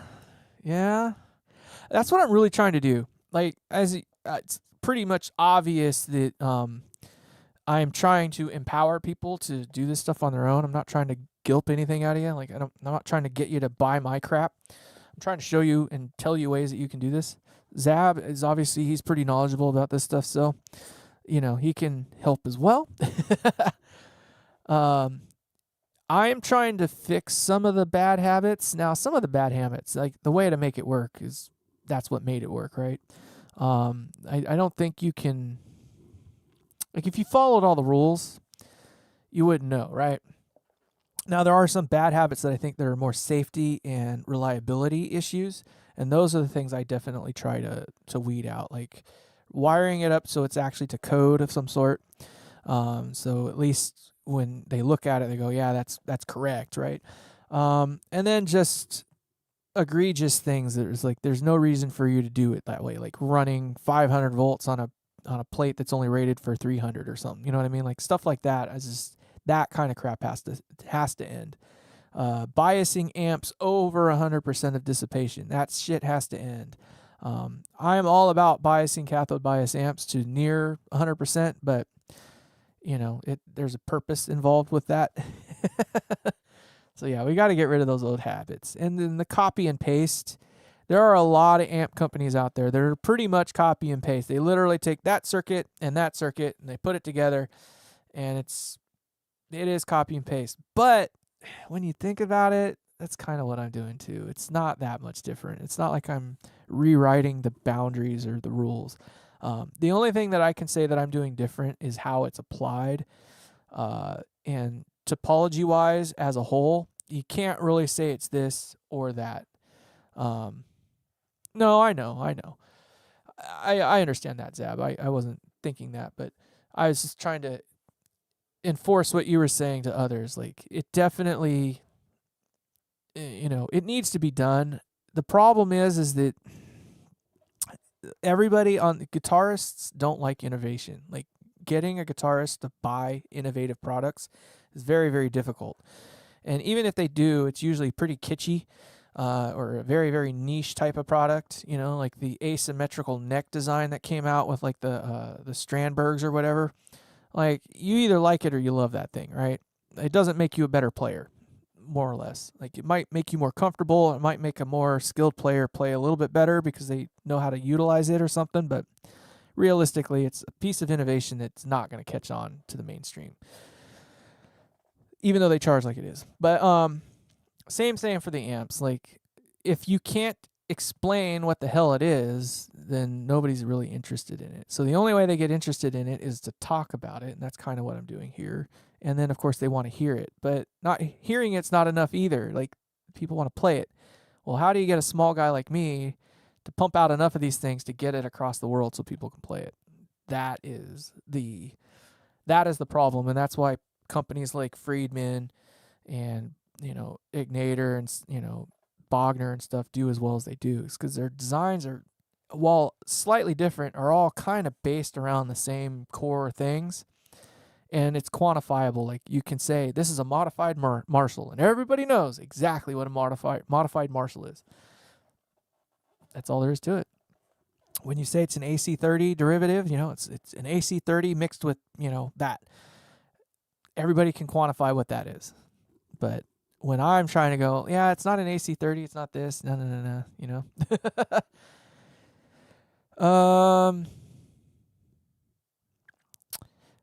so for a champ clone, like, to me, anything over 350 volts on these smaller tubes or whatnot is just too much. I don't know exactly what's in your amp and what you consider to be high, but when you start getting above 350, 380 is definitely like your hard stop, like on the plate of the tube. And you got a lot of these companies that take like a 6v6 and stuff 400 plus volts on it. And to me, that's pushing your luck. Like, they were never designed to be that way. Same for a lot of tubes. Like most design centers are right around 250 volts. But that's the design center, not necessarily its, operating point, if you will. All right. So that's why they have you go through all the load lines and all the other fun stuff, all the math that I try to keep out of it, to weed that stuff out and try to figure out where you need to land. For the most part, you can kind of tell right away just by how amps tend to last. So when you're looking at like an AC30 style amp and the tubes always look like they've been through a hellstorm, like somebody literally took a blowtorch to them, obviously that tube is working way too freaking much, right? It's either too much plate voltage, which some of the modern AC30s I don't think are as egregious with that, but maybe it's gone. I don't know. I haven't checked recently still. But you know what I mean? Like there's some companies that just slam them with voltage. They're throwing 400 volts on a tube that has a max of 300 or something like that, or 350. And that's where a lot of the maxes tend to live, is right around 350 to 400 or something like that. So 500 volts on a plate just doesn't appeal to me.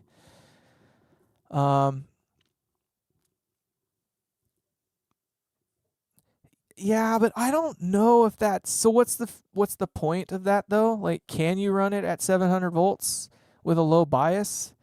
Again, we're trading plate voltage for cathode current. That's essentially what the trade-off is, right? I'm not talking to you, Zab. I'm just like helping people kind of gather that. But so if you have a crap ton of plate voltage, you're going to run very, very, very, very little cathode current, but you also have to run this super duper high negative voltage in order to keep the tube from literally going into runaway. I don't know if that solves like the class AB shifting into class B territory problem. In an amp like that, where you're doing that kind of stuff, it's not going to be cathode biased. It's going to be fixed bias, and fixed bias works the other direction. So when you give the amp the big kerrang, the bias actually heats up. Or I should say heats up. So when the bias heats up, when you're playing it really, really loudly, maybe their idea of low bias is like right on the verge of crossover distortion, which is basically class B. And then their hope is that by the time you get the actual volume you want out of it, it'll have shifted enough into class AB. I don't know. I can't quantify it yet myself. So don't get me wrong. I'm not saying that people that do that are in the wrong. It's just, they create these max voltages for a reason. And most of them say, I think the highest one I've seen is like 500 or 700 volts or something like that. But the 700 volts for like a KT120 or something like that, or a KT88 or something. Most of the other ones are 500 volts. So when you're trying to sit it at 490 volts, you're within 10 volts of the max that it says it's supposed to have. I don't know. To me, that's just running it like you're the ragged edge. And that's been what I've been trying to quantify lately, is how running a slightly lower than is normal. I'm not saying it's super duper low. It's not like insanely low, but lower. Induces a little more cathode current, and so you're just kind of closing in those outer fringes in, right? So you're putting it into that center third, if you will, of operation. And I kind of feel, to me, based on what I've seen with my amps, that I do run pretty regularly, and I work them pretty hard. Like, they are literally always going into some sort of a load box, and I have them dimed up because I need these things to freaking break. I have not had one break on me yet. Not even so much as a tube going out of spec for me. Like these things just run. Uh, my 18 watt, my prototype 18 watt is now 6 years of age. The tubes that it had when I first built it that way are still in the amp, and that amp, I kid you not, spent 2 years of its life literally dimed every time it was turned on. Like never an easy moment for this thing, and I cannot get the tubes to go. They're just running forever. So, well, are you? Hey, how's it going there, Blake? So when you say falling into traps, what do you mean? So from copy and paste? I mean, I guess it's true. Like whatever you can imagine, you can do it. I guess it's just how sensible it is. Like I'm not a Blake, as we were talking the other day. And I think he likes to have like the kitchen sink, right? Everything in the kitchen sink. I'm more simple. Like I don't like a bunch of switches and knobs. Like pretty much if it doesn't sound good with one setting, it's probably not going to sound that great with another setting. Or you're going to find that one setting that does work for you that you do like, and all the other settings are useless. So to me, it's like just find the amp that really kind of does what you want it to do, which sucks because that kind of turns it into that one trick pony. And it's really tough. So I've gotten from a point where I was all about pedals and, started having problems with pedals because this was before the era of these modern like cabling systems that we got and power supply systems and stuff. Like, I literally had like a power strip with 5 or 6, freaking wall warts tucked into it to power all the different pedals that I had. And then they had those ginormous, janky ass, short looped 1/4 inch cables that if you looked at it funny, it snapped one of the leads off. Like I started running into problems all the time with my my effects setups. So I was like, you know what, forget this. I'm going to go just straight into the amp. If I can't get what I want going straight into the amp, then I don't want it, right? And that's about the time I got the Crate Blue Doo-Doo, actually. It honestly did pretty good for me. It was a fun little amp. I never really used the effects loop, so it was just like one of those things. It had a distortion that I could make work. But then I started getting back into playing with like pedals and stuff like that. So I got a pod, like HD 500 or something like that. And I tried that kind of thing, and it just never worked for me. And I was just going through this phase where I was literally trading out amps all the freaking time. I would buy an amp, didn't like it, turn around, sell it, buy another amp. I was flipping amps like crazy. I think I went through like 10 or 15 amps one year, and none of them did it for me. I don't think you're going to get away from full-on copy and paste. Like, 100K plate resistor and a 1.5K bias resistor or cathode resistor are kind of the standard for a reason. All right. Yeah, don't do that. Definitely don't wire your crap backwards. That'll make a nice little bang for you. So at some point, you're always just going to end up doing something that's kind of the same. And that's why you end up with a lot of these companies like I don't know if you've ever looked at like a PV Classic 30 schematic. It's not unlike a PV JSX. Like it's got a lot of crap going on. It's pretty similar in that regard to like the 5150 kind of era of stuff. Sans like the added number of gain stages and the local negative feedback loop and all that crap. But it's kind of got the same thing going on. A lot of filtering, a lot of this, a lot of that. The only reason that they did all that crap was because they were trying to get away from doing what everyone else was doing. Yeah, anything is possible. I mean, it's not hard to do. Yeah, no, they are a mess. But they're a cool circuit though. They sound great in the right hands. It's just yucky to look at that schematic and go, oh my god, like there's just so much crap. But then again, if you look at like a Fender Pro Sonic, it's kind of similar in a regard. Like the whole dual drive thing that they got going on, it's like you could have done that with one knob. They could have done it with one knob. They could have done it kind of like the Orange does with their is it the TH30 and the what's the other one, the little mini one, the Tiny Terror. It's literally one gain pot that splits. It's a dual gang, and it splits one of the gain stages. So you can actually get a true clean with it, and then when you dime it up, it's just kind of like not having it there at all. Kind of a clever way to do it. I actually have an amp that does something similar to that. My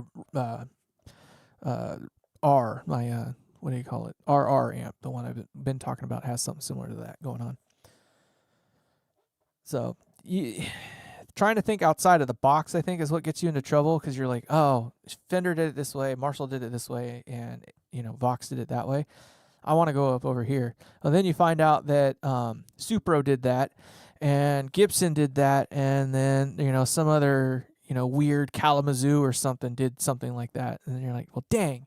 So I'm gonna go back down over to here, and then you find some other weird company like Diesel did something like that. We were talking earlier, I don't know if you caught it, but Diesel has a cathode follower in one of the gain stages, and then it has another normal gain stage after that again. So it goes cathode follower back into another normal gain stage after that. It's kind of weird. Why do they do that? We don't know. So, I mean, obviously we know why they did it, but you know what I mean? It's just trying to think outside of the box, and that's what leads you to that point there. It's just like, well, let's just throw another gain stage after something that usually ends it. I don't think you can get around all that crap. So I have this theory, like there is no song that we hear today that hasn't already been written by somebody else.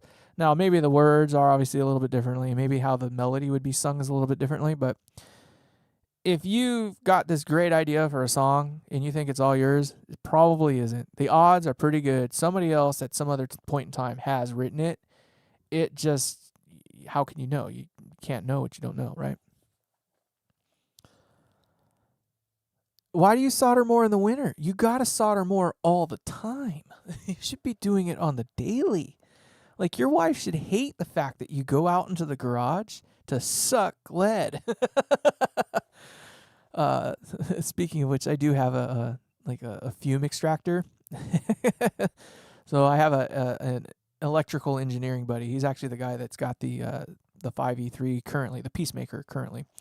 And he got me that for my birthday, which is really cool, because I did need one, because I was sitting out here a lot. And when I think about it now, I've got, 1, 2, 3, 4, 5, 6, 7, like 8 or 9 amps that I've built in just the last year or two.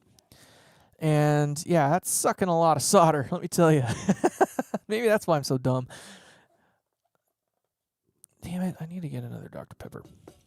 We're going to have to end this stream here pretty soon so I can go get my other Dr. Pepper. And I'm out of burpees. I'm out of the burpees. But in either case. Well, yeah, I'm not saying you can't be unique. You certainly can. Hey, I got the burpees back. Teasing, of course, but it's just, how are you going to do it and and get it out there to the world, right? That's the hard part. That's the hard part. Like, I thought, so my Atlas, I keep talking about the Atlas because it's one of the more unique designs I think I could have even thought of. I thought I was being unique by having a parallel channel amp. So I literally have my parallel triode and an EF86 that run in parallel into a phase inverter. No one else had done that at the point that I know of anyway. And then lo and behold, I'm literally burning the face plates for mine. And then I find out, they're doing the release for the Era 30, the Bad Cat Era 30, right? And then I find out that they have a parallel feature built into it where you can run their AC30 channel and the EF86 channel in tandem with each other. I'm like, motherfucker, I was first. And it's probably one of those features or design things that Mark Sampson, may he rest in peace, had in his mind for a long time prior to that. It just he hadn't done it yet, at least in something that was released to the public, right? Well, I don't know that you can get away with 3 tubes in parallel, but I imagine there's a way to do it. But EF86 is a fun tube. It's hard to keep clean with it, I'll tell you that. So you're not doing I guess it can kind of do the chimey thing, but you got a really small window for it, that's for sure. But it's a fun tube, especially if you don't abuse it. Psionic Audio kind of has a thing about it, and he says it's a weird tube. I haven't had the bad luck with it that he has, and I think most people's bad luck with them is trying to buy like the cheapest one they can find or finding new old stock that just doesn't fit the bill anymore. I hate to say it, but new old stock just isn't as awesome as everybody thinks it is. I've had 3 that I've purchased from JJ. I haven't had a single problem with either one of them. To me, they work just fine. I mean, every tube I've gotten is semi-microphonic, and one of them is more microphonic than the other, but it's not problematic in the amp. It doesn't like ring or anything. There's no problems with it, I guess I could say. So I don't know. Like, it's a killer tube. And yeah, it's a unique channel. And the way that they're doing it, I mean, in that amp, it's literally just the EF86 going straight in. Well, I don't know how they do it on the anniversary special, don't get me wrong, but in most all of them, it's, EF86 going straight into the phase inverter. I can tell you right now, it does the thing. It works. If you go back to my pedal video that I did, that is what that is. It's an EF86 straight into the phase inverter. Does what it does. Yeah. Well, so what's the thing that you dislike about it? I mean, it's hand wired, right? So you can kind of get in there and get your grimy fingers in there. You could. Just saying. What is it that you dislike about it? I don't know much about that circuit, to be honest. If it's anything like an AC30 that I would think it to be, it should be like the AC15. So it should have kind of like that notched tone control thing for the amount of bass it gets through. And I don't even think they use a high frequency cut thing other than the high cut in the power amp, right? Is that correct? That's actually a question mark. I don't know.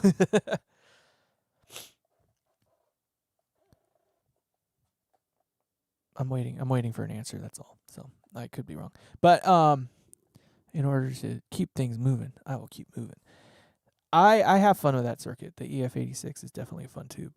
I think the trick to it, and like Lyle with Psionic Audio says, is not to abuse it. So don't try using a 330K on the plate, and don't try to eke every little ounce of power that it has out of it.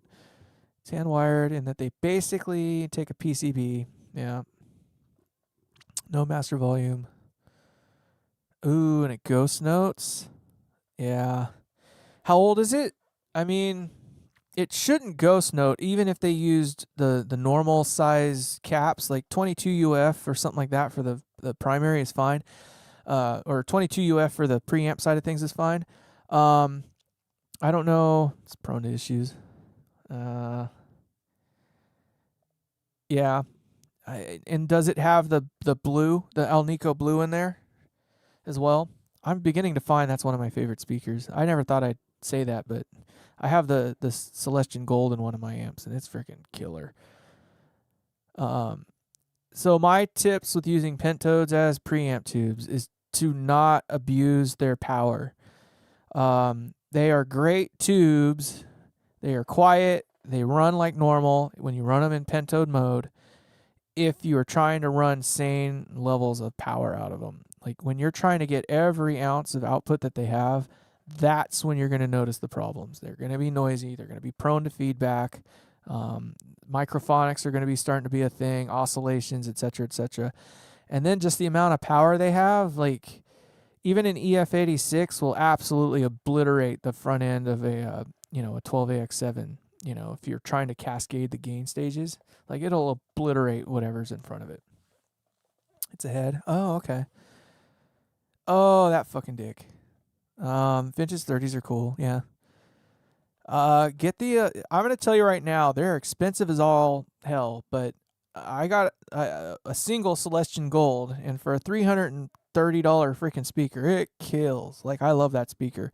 I think the blues are a little bit nicer, to be honest, but They're only 15 watts, I think, is what they're rated for. So you kind of have to buy two. And the gold is a really nice close second for something that'll handle 50 watts.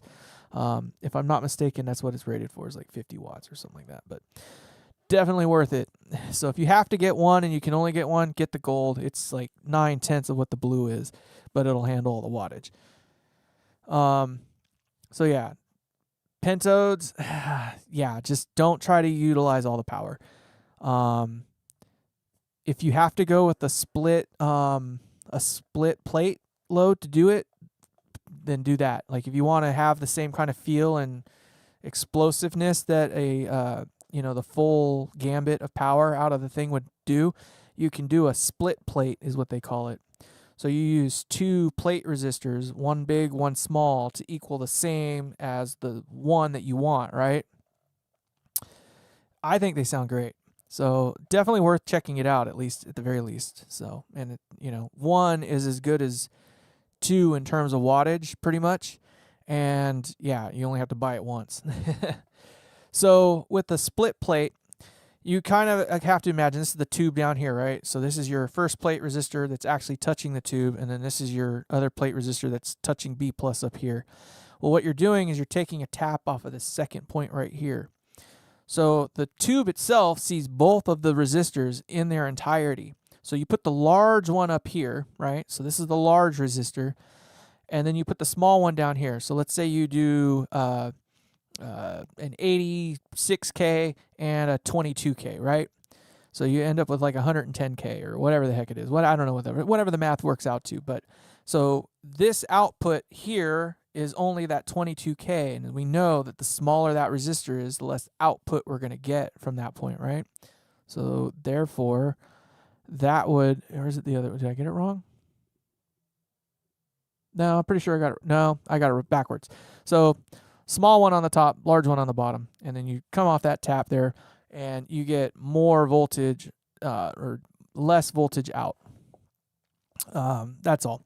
You can look it up. It's called split plate output or something like that. They talk about it on the garage, the amp garage, a lot, because it's one of those resolutions that they have for a lot of the train wreck style amps. I am pretty certain that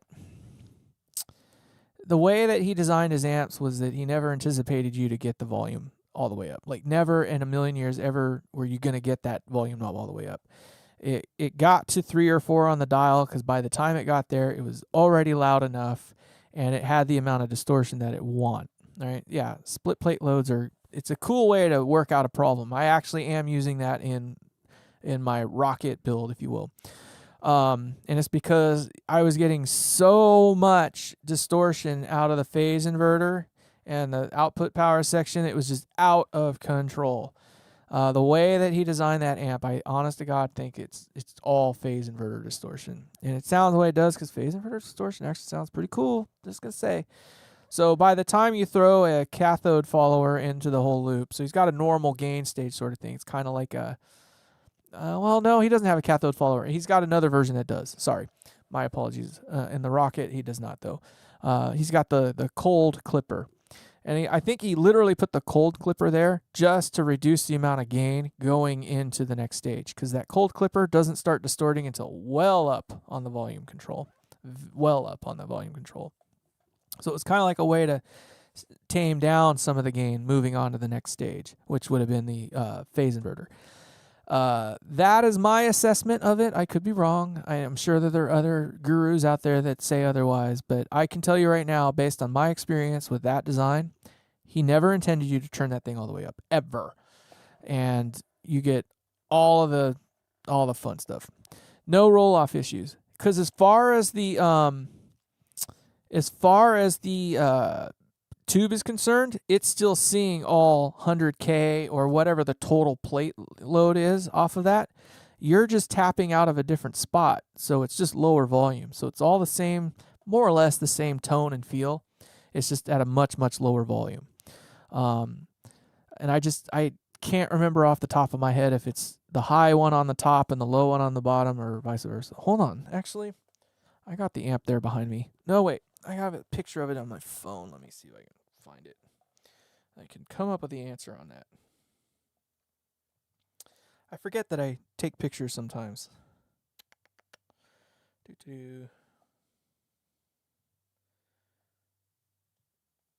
Sorry, I'm just trying to find it real quick here. And are you my daddy? No, you're not my daddy. That's not the one I want. Darn it, where'd it go? Now it's making a liar out of me. I know it's in there, but where in there? I think I found it now. Yes, this is the one. But can I see it?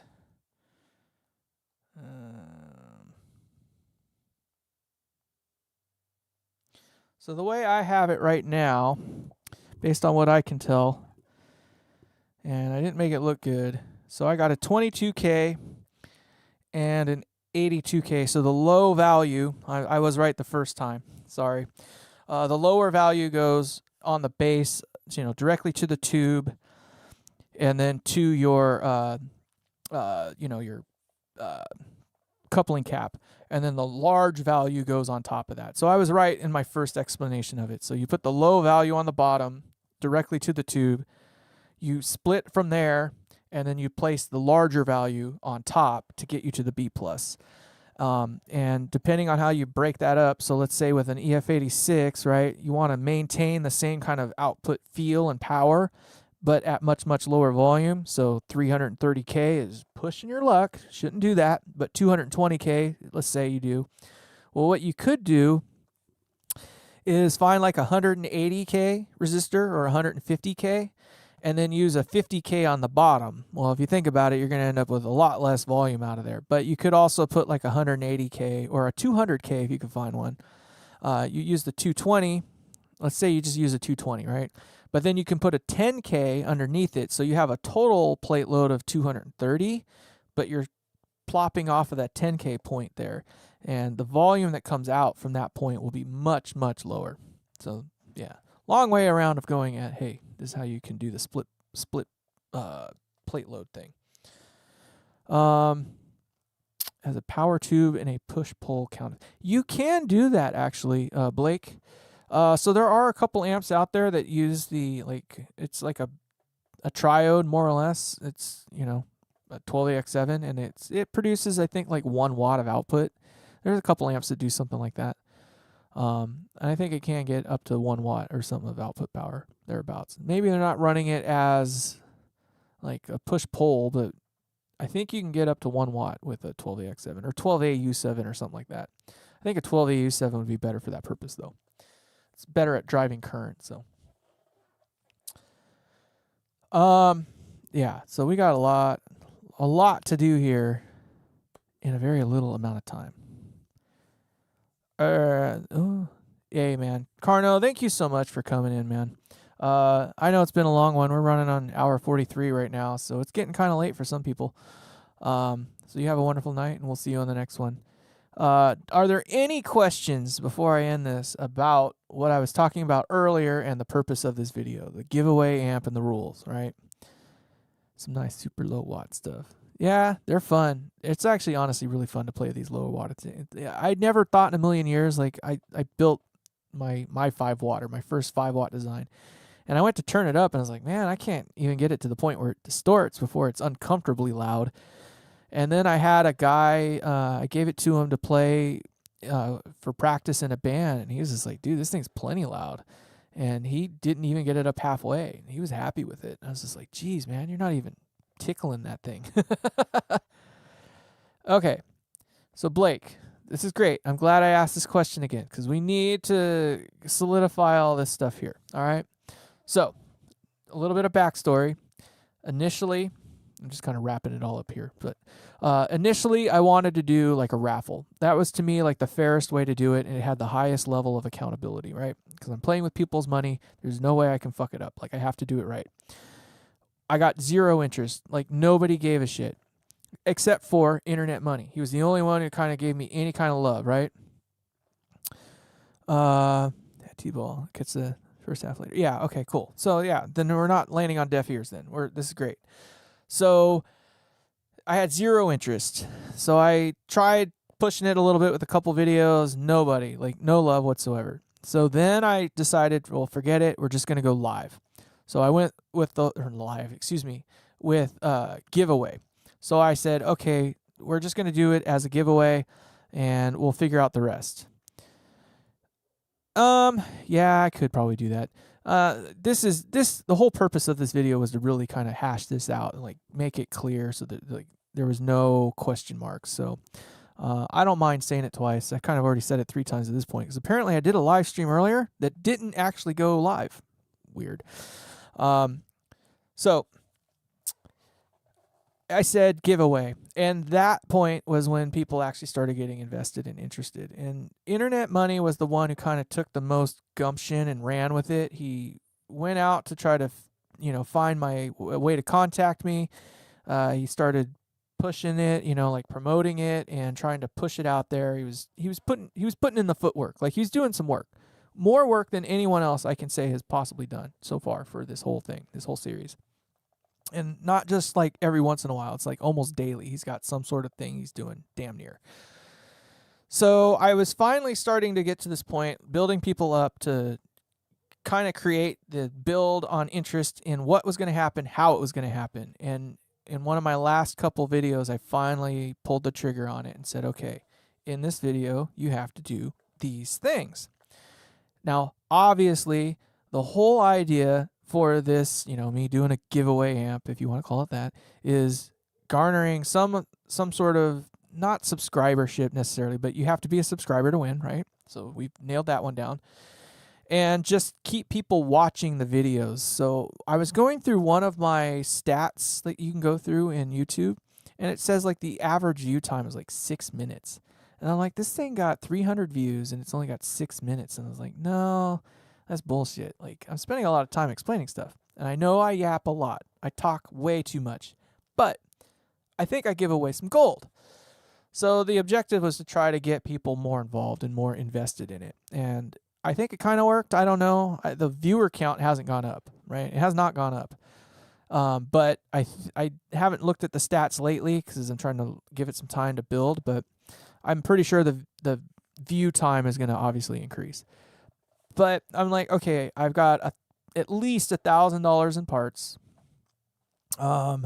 And Lord knows how many hours and time invested in this thing. So it's not like you're getting a freaking toy. You're getting a real deal. Like, this is a real amp, and anybody that gets it should be happy. And you would think I'm trying, or that I would have a lot of people interested in it. And I do. There's probably maybe 10 or 15 total people that are really kind of putting some effort into it. All right.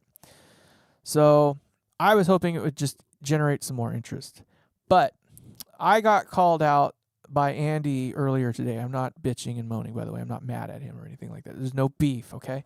But I got called out by him. He was saying that it was basically not fair. I guess somebody tattled on me from some other video I did the other day where I was going to do this thing and that I was favoring Internet Money and that I was, like, there's no way that it's fair because I'm asking people to do stuff that they can't possibly do.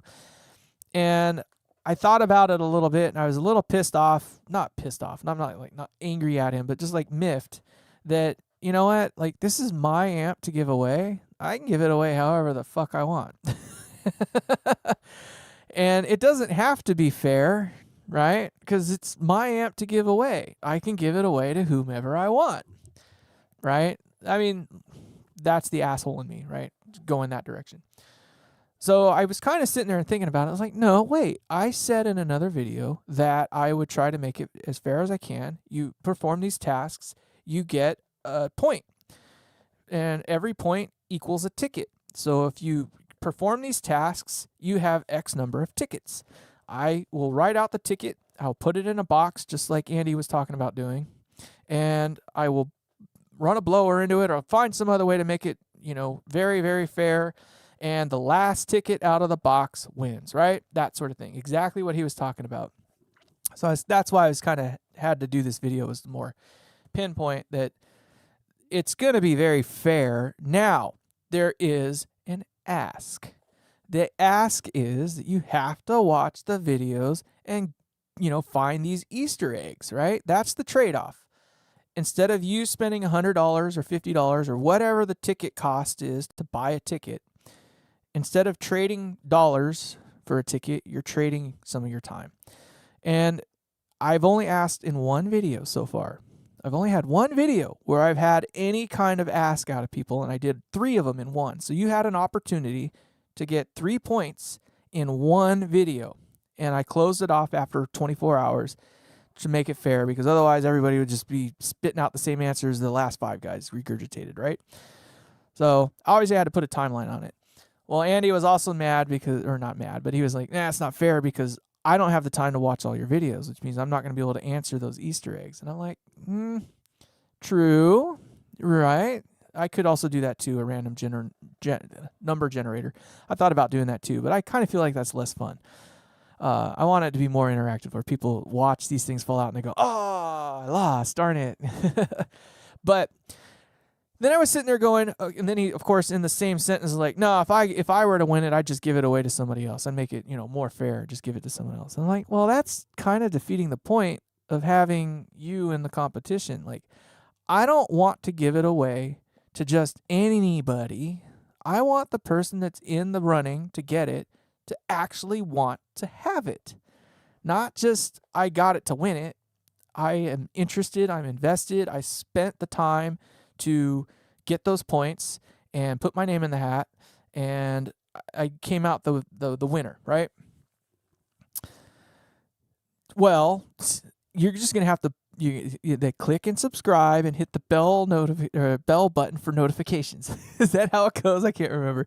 I know, Blake. So don't feel bad though. So here's the thing: I've only done one of these so far, where there's a points accumulation. And the only thing I did was grant Internet Money 3 points off the bat, right? I gave him 3 points, and it was because he has so far outshined everybody in terms of interest and effort and doing footwork on this, right? He's posted in forums, he's made shorts, he's done all kinds of stuff. Like, he's really done above and beyond. I can tell he really, really wants it. Now, of course, Andy's like, well, does he deserve it? He doesn't deserve it. No. Who deserves it? It's not about who deserves it. You have to want to win it. You must be present to win. So, and meanwhile, of course, I don't think Andy realized that at that point, there was only 3 points on the table for everyone else at that moment, and he already had 2 of those 3 points, right? And he answered twice in that video. He did respond twice in that video and didn't answer either of the questions. Just saying. He could have had 5 by that point in time. So, again, it's not to try to alienate people. Dan was on here earlier, and I feel bad for him. Dan, you're still here. Actually, you were just talking with me. Good. And I know that he was kind of like, I have a 1-year-old, so I can't always get to these videos in time. I understand that. I know that. But don't feel bad. We've only done 1 round so far. There's only a few more videos left in this series. There's maybe 4, because I'm trying not to turn this into a 12-part series or a 10-part series. Like, we've only done 5 videos so far. I'm trying to get the remainder of it down into 3, which means there's only possibly 3 more opportunities. And it'll be pretty clear when a video is coming out, especially if you hit the like, subscribe, and click the bell for notifications. So, 24 hours, I kind of feel like, yeah, you might have to put in a late night. The wife is probably going to wonder what the hell you're doing. But you know what? When you sit there and you tell the wife, you know what? I just listened to an hour of some jerk off talking to me about bullshit just so I can get 2 or 3 Easter eggs so I can get my name in a hat to get a free $3,000+ amplifier. I don't think she's going to argue. She's going to be like, you're a dork. You're just not going to get any that night. That's all. Is that too much to ask for an opportunity to win one of my prestigious amplifiers? I'm seriously being condescending right now, but obviously I'm half kidding, half being true. You have to want it, okay? And I'm not trying to be mean or spiteful or anything, but you know what I mean? Like, I could literally just pull any one of your names out of the hat right now, and all your odds would be just about the same. If I said that everybody on this page got a point, like, it's all the same people that have been putting in the effort so far. I mean, realistically, Short Circuit, Zab. Although Zab, he did tell me earlier today that he did not want to win the amps. So, are you going to change your mind now? Blake, I didn't know that you wanted to play. And by all means, just stay tuned. This is there. Short Circuit. I don't know if I don't know if you put your name in the hat or not. I haven't gone through the video yet to get all those things, right? Francisco, it's not too late. I don't know. I'd have to double check if you're subscribed to me or not. I would assume you are, because you're here and you're listening to me. So Francisco, thank you. But yeah, I am equal opportunity employment over here. You have to want to be here though.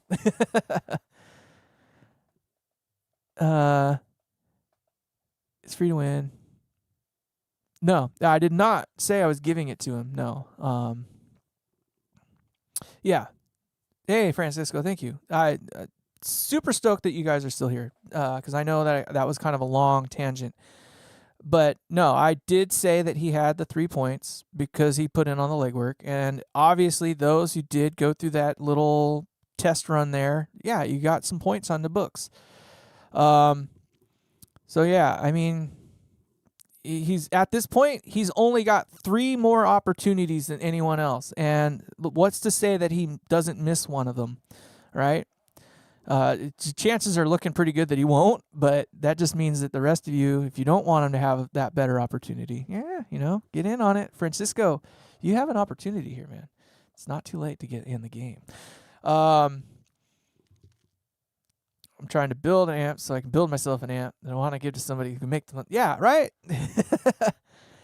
You just got to do it. That's the only thing. That was the part that was kind of disheartening at first. It was like I was hoping that the idea behind like a raffle where you just put in your 20, 30, 40, 50 bucks or whatever it was would be like appealing, because it's like, oh, I can just win an amp and all I got to do is pay 20 bucks.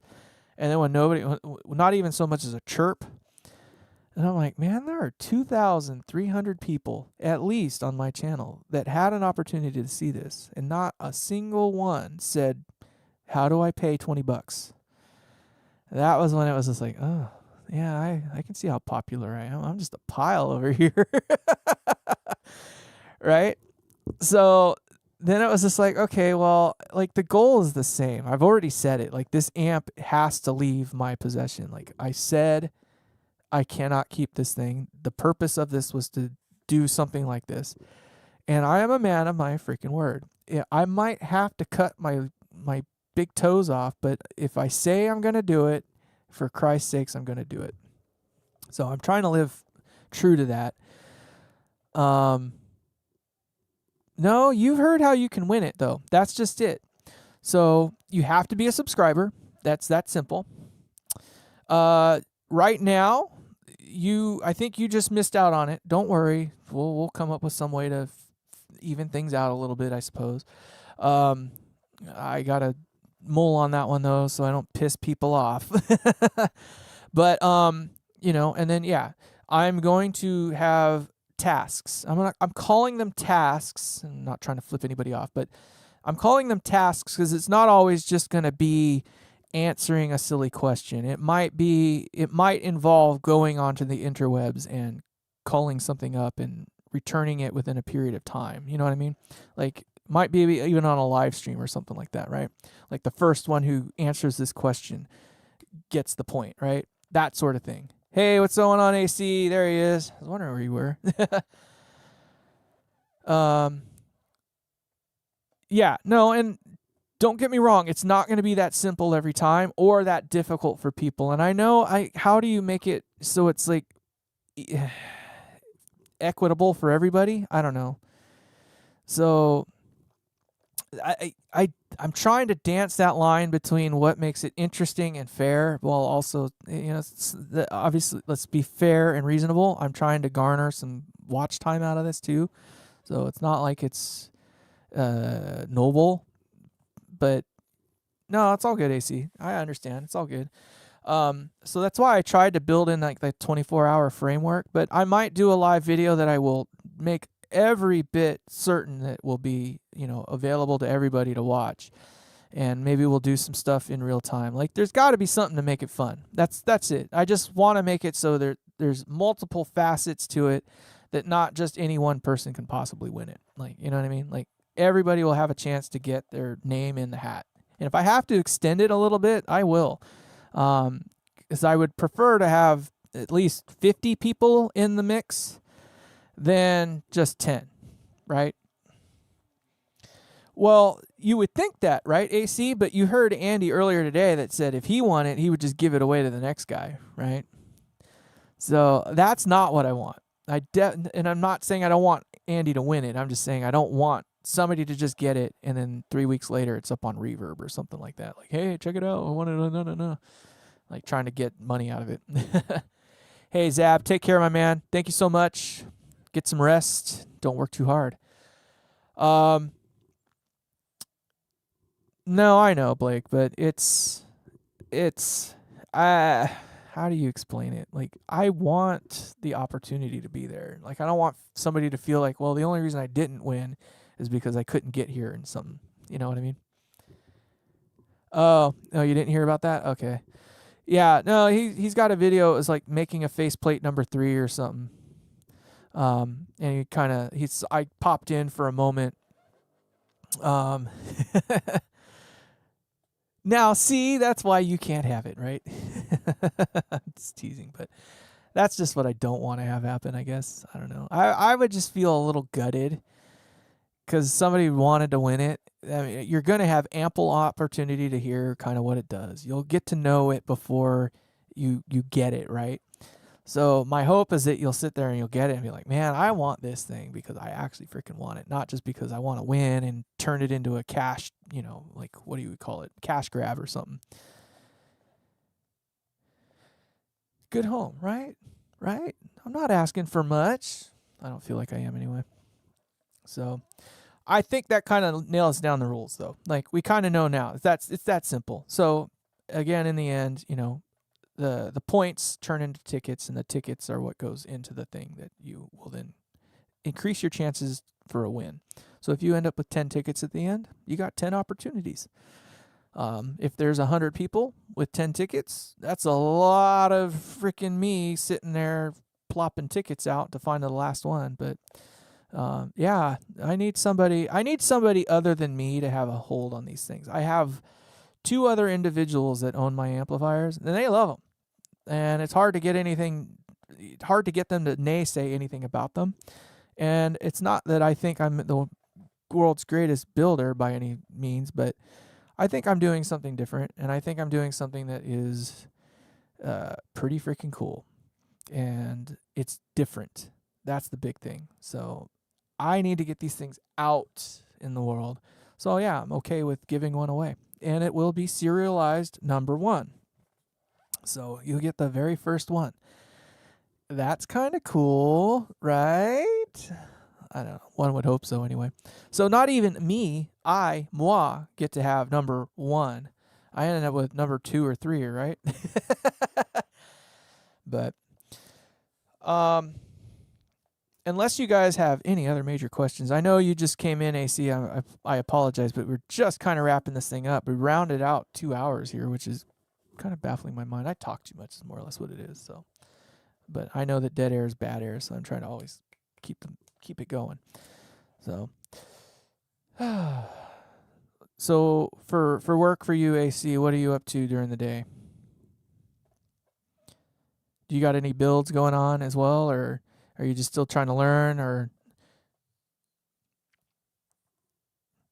I know you got to type and listen to me, so I know that there's a little bit of a delay time, but I think I've worked it out a little bit better. I don't know what the delay time is. So like if you type something and I say, hey, is it like a minute later? Is it 60 seconds later? No, that's a minute. Never mind. 10 seconds later or something like that. I don't know what the delay time is, but I'm trying to figure that out. Must be present to win. No, so what I meant by must be present to win is that you have to want to be here, and you have to want to be engaged. More or less, you have to watch the video to understand what it is that you need to do. Because I can't tell you how to do or what task you need to perform unless you watch the video, right? Okay, 30 seconds. That's not horrible. Drive a truck. Okay. Like a big rig, like an 18-wheeler. I used to do that once upon a time. So 20 seconds is not bad. Yes.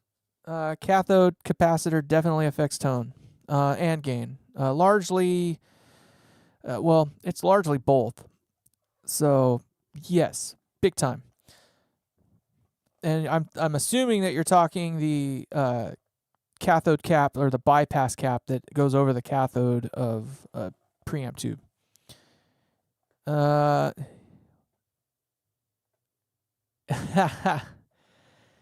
Yeah, it can be. I don't know. I'm pretty bold. I don't worry about getting my fingers in the amps that much.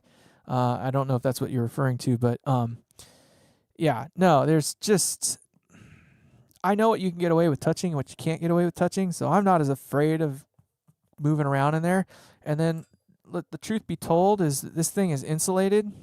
So let's say you even forget to, discharge the amp before you go and stab in on something. It's going to touch that part and it's going to zap through the soldering iron. It's not going to shock you. And you'll know right away that you biffed it because it'll go and then it'll stop doing whatever it did because it's discharged everything for you already anyway. So yeah, the bypass cap over the cathode of a preamp tube or something like that affects both gain and the frequency at which that gain is achieved. So the smaller the value, so we're going to say like 0.068, so like something typical for a Marshall, only lets like the highest of high frequencies through. So maybe up to like 1 kilohertz or something like that will sail over the cathode resistor unimpeded and be amplified out at the full potential, right? Whereas if you use like a 25 UF, right, that's all the way down into the lowest of low notes for just about any guitar or even bass guitar for the most part, depending on how it's biased or whatnot. But that allows all the frequencies to sail over the top of that bias resistor and then therefore be amplified at the full potential of the tube. So, yeah. It sounds like you're heading out, AC. So I used to drive big rigs once upon a time. I was a little nervous at first too. You'll get over it pretty quick. The biggest fear that I had was stopping because you just know that you can literally, you got 80,000 pounds behind you. So 80,000 pounds trudging through some other, 2,000 pound car. Yeah, you're going to knock them into the next county. But so that was always my biggest fear, was getting it to stop. So I was always pretty conservative. As they say, go up the hill in the same gear that you intend to go down, or go down the hill in the same gear you intend to go up. Ever play big rigs over the road racing? No. I did both kind of at the same time though. Yeah, pretty much. Yeah, that's why they call it a bypass cap. So it just allows, so there's an AC element and a DC element to that portion of the circuit. So you're allowing basically the AC element of it, so the frequencies themselves, to kind of sail over the top of that cathode resistor unimpeded, and they create a corner frequency. So the larger this resistor is, the more effective the value that you choose for the bypass cap is. Now it still amplifies at the same rate that it would with the bias resistor and the plate resistor. But good night, AC. Take care, my man. Okay. Class B still. Yeah. Well, and then Class B, you still got, well, I guess you're not doing like buses or anything like that. But yeah, driving a box truck around it's still nerve-wracking. Like, you just got to just drive the speed limit. That's the big thing. Don't try to be in any hurry. And then just always cushion, always space. And then the thing I learned about driving big rigs was just you spend almost as much time looking forward as you do backwards, which sounds weird, but you spend a lot of time looking in your mirrors. And it's not for any other reason that you're trying to literally know what's on either side of you at all times. You're looking far enough ahead that you can see your problems coming, and you're looking far enough behind you to know where you can go if that problem comes and you can't stop in time. That's literally the idea behind it, is you know where you can go at all times. And I applied that same logic to riding motorcycles too, and I think that's why I've had a lot of luck. It's like head on a swivel is what they call it. It's, what's coming up behind you. So if what's in front of you can't get out of your way, then you move, and you know that you can. That's all. Anyway, good night, sleep well. We'll see you on the next one.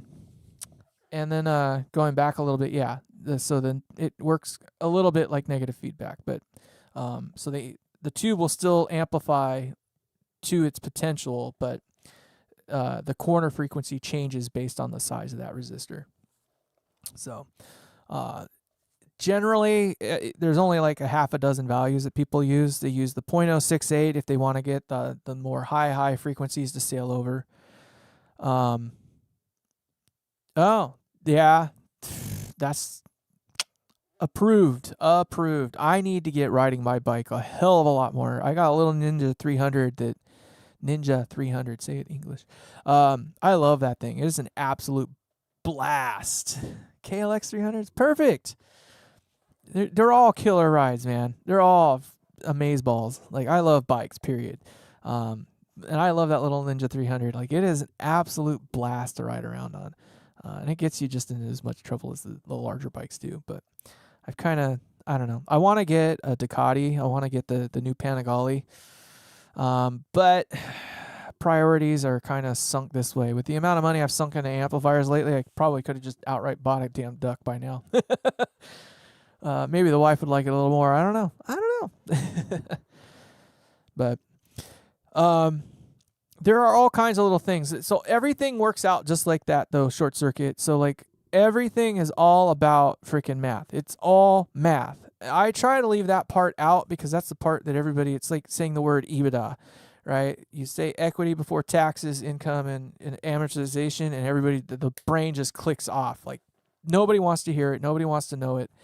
I don't care to know it. I go by experience. So at some point you do it enough that the math really doesn't, you don't even think about it anymore. You just kind of know. It's like, oh, if I got this and I got that, it's going to be about that. Like, you just almost know it just inherently. And when you can get to that point, that's great. I'm not saying I can do it for any and everything, but I can pretty much guesstimate within a good margin of error, within a tight margin of error, like what something is going to turn out as, to the degree where it's like, I don't need to do the math anymore. But on occasion, I'll still bust out the calculator and I'll kind of crunch the numbers and I'll go do this and I'll do that. I'm like, okay, I need to be here, or I need to be there, or whatever it might be. Bias confirmation, I guess you can call it. And bias confirmation is good. You don't want to just jump into something blind. So, dude, that would be a freaking sick machine. Absolutely. So a friend of mine, I don't know if it was a 69, but it was a CB. I think it was a 400. He just did a full rebuild on it, and he put like one of those Bozozuku, is that what they call them? Those fairings that they put on the bikes. He did something like that on it. Oh, dude, it was such a sick whip. I wouldn't mind having that. I would not mind having that. There's a guy in town that has there's a Honda. It's a 400cc and it's turbocharged, and it came that way from the factory. It's a 4-stroke. And I think it's like a CB. I could be wrong, or maybe it's an XR or something. Maybe that's Kawasaki. I don't know. But in either case, killer machine. I started on so the very first bike I ever got to, the Bozozuku. Such those bikes, dude. I love it. I love that. The first bike I ever got introduced to was a KZ1000, and it had this ginormous turbocharger on it. My uncle was into that at the one point, and my dad ended up inheriting it. And so that was what I kind of grew up around, was this thunderous 1000cc bike with a turbocharge on it. This thing had to produce at least 200 horsepower. And when I went to go get my learner's permit, there was only one way to do it, so I went and passed the test on my dad's bike. And that thing was like, you talk about nuts. That thing would do freeway speeds in first gear. It was only a 5-speed, but it was scary to roll the throttle back. I'm 5'8", and it's just, that thing was just, it would pull and it would tear at you to freaking, so it's like, I never ever went full throttle on that thing. I don't know if it would have lifted the heads on it or not, but my dad said that like that thing was out of control. He ended up selling it several years later after I started riding more to some other guy, and that guy had it for all of 3 months and sold it. He said, dude, that thing's nuts. There's nobody on this planet should have anything like that. And my dad told this guy, like, no, you don't understand. This bike is something else. And it was like, it purred everywhere it went. And then the whir of that turbine. Oh, dude, it was such a fun bike. Such a fun bike. Very dangerous to ride, though. Oh my God, the suspension on that thing was absolute garbage. I mean, I guess you get spoiled on these modern sport bikes and stuff like that, but I've gotten the chance to ride many a different bike over the years, but damn, that thing was just something about it. Yes, Francisco, please do. 28 inch. You know, I don't. Go ahead and ask Francisco. I'm going to answer his thing here too. So 5'6", I don't have a problem with it. I don't worry about being able to flat foot anything. Like if I have to lean over, I'll just put a foot down. I had a Concourse 1400 that I was using for a little while. 6'2"'s uncomfortable. Listen to you. Tall motherfucker. Well, yeah, when you're cramped in those little bikes, yeah, it can be. So I just put a foot down. Like, I don't know. I've never worried about it that much, I guess. But, you know, when you got a 700-pound bike and you got to put one foot down and keep the other foot up, I don't know. I don't bother with it that much. It doesn't scare me. The hardest part is getting going, so it's just always making sure you got the clutch engaged so you can zip out. But I don't know. I've been riding pretty hard for the last 20 years. Yeah, thereabouts. Almost 20 years now. Yeah, wow. I'm dating myself. Yeah, I've been riding pretty avidly for the last 20 years. So most things that come with a motorcycle just are like, I don't know, I don't even think about it anymore. On a Japanese bike. Well, you know, I think you'd be surprised. The problem isn't so much like it leaning a little bit. So as long as you can get your foot down and you can just keep it there, you're fine. It's when it starts getting over too far. So I'm just finishing up rewiring that, and it was a 23 for 230. Yeah, you can send it to me. I'm gonna be most interested in the power supply section of it. So the big thing is seeing what it has in it. So not even the schematic at this point. It would be more, does the wiring for 110 exist inside of the amp for you to rewire it? Now, if they tuck the 110 wires off to the side for you, it's easy because it's probably the spade connector. So you just unplug one and plug the other one in its place. Do a couple verifications and you're off to the races. But most of it's going to be knowing for sure that you have 110 wiring in there. That's going to be the big thing. So yeah, you can find my information on my YouTube page. I learned that you have to do it online with a computer, a laptop, or something like that. You can't just do it on your phone. Ooh, definitely send me what you got. Send a couple pictures of at least the power section area. I would have to confirm that. I don't know. Without the wiring there, it's oftentimes not just as simple as removing one and replacing the other. You have to have the tap in order to do it on that transformer. Without that tap, you can't change the voltage. The only other way around it, and it still wouldn't work because it would drag the heater voltage with it. 90 on a dirt bike, you're out of your mind. So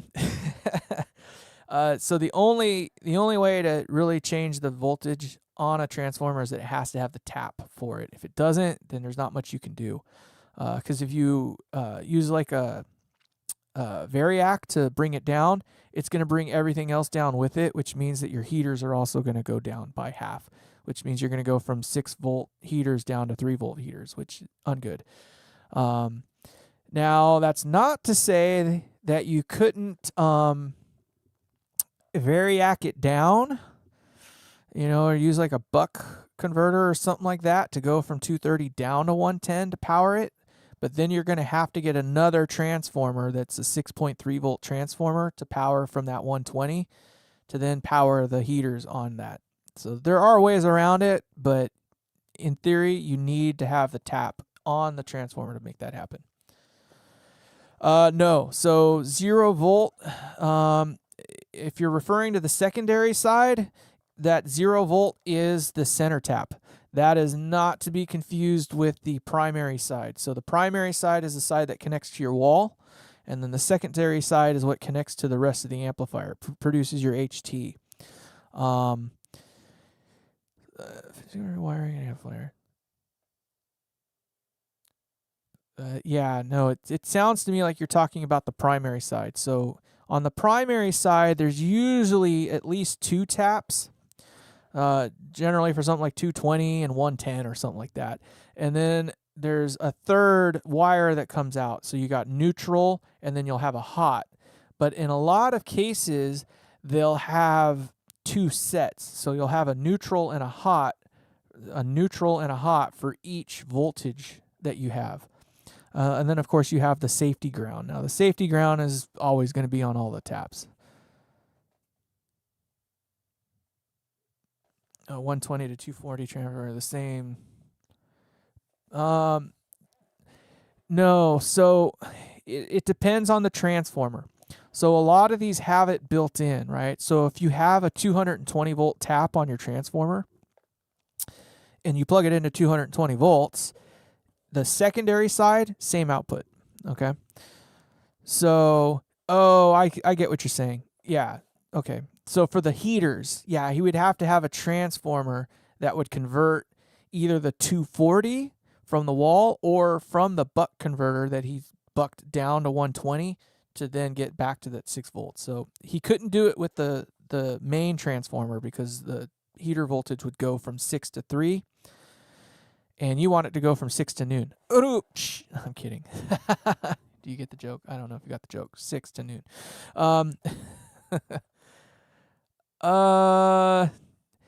Yeah, I think you got to do it like on a web page. Like go to I think you can only do it from the computer too, but if you go to not Outlook, excuse me, Google, and then you go to my channel, and then if you go to more, it should show you there, and then you can see more info, and it says view email address. So yeah, if you go to my main page on YouTube, click the more button, then there's another button that should allow you to, post main transformer. Yeah, so in that case, then you would need one that goes from 120 to 6 volt. Got it. Okay. So all kinds of ways to solve all the problems, but it's just, which one's the most tenable, I guess. Thank you, sir. I will take a look at that and see what I can do for you. And I just got it. My pocket just vibrated. Woo! So, well, boys and girls, have we had enough, or do we want to keep going? Looks like we got just a couple of you left now. It shows that there's 4 of you on here, but that means 2 of you are being nice and quiet. If you want, we'll keep going. But if not, I'm going to go inside, say hello to the wife. She got home a little bit ago. She's probably looking at me like, you're a freaking Nimrod. I do love my wife. And compounding a little bit more on this whole, rant that I was going on earlier today. And again, to clarify, I have no animosity towards Andy. There is no beef. So, yeah, right? Amp goes to whoever stays the longest. Dan, you're thinking. And thank you too, Short Circuit. My wife even kind of gave me some guff about it. She's like, you went from doing a raffle to giving it away for free. What, are you out of your freaking mind? No. Like, you just got all this kind of money to throw away? I'm like, shut up. I make enough. Get over it. Anyway, I love my wife, but she's funny. She does. Do not ever piss my wife off. Let me tell you what. If you ever cross me in front of her, I think she would more than likely kill you before I did. I'm just kidding. We're not like that crazy, but you know what I mean? Like, my wife loves me. She puts up a fight. 10 p.m. again. That's cool. Finding a wife that's supportive or a significant other that's supportive of you is, if you can get that, that's great. Mine, she's taking it in stride. She hates that I'm out here all the time. She's like, you don't ever spend any time with me. But then I'm like, but I could be at the bar.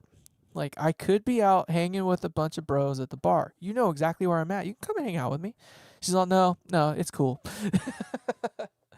She mentioned that the other night. She's all, no, I actually kind of like it that he's home and doing that, because it also came up about me going back to doing sound full time, because the topic came up about like how much I used to make versus what I'm making now. And I was like, oh, if I was doing sound, I'd be making 3x what I'm making now. And she's like, really?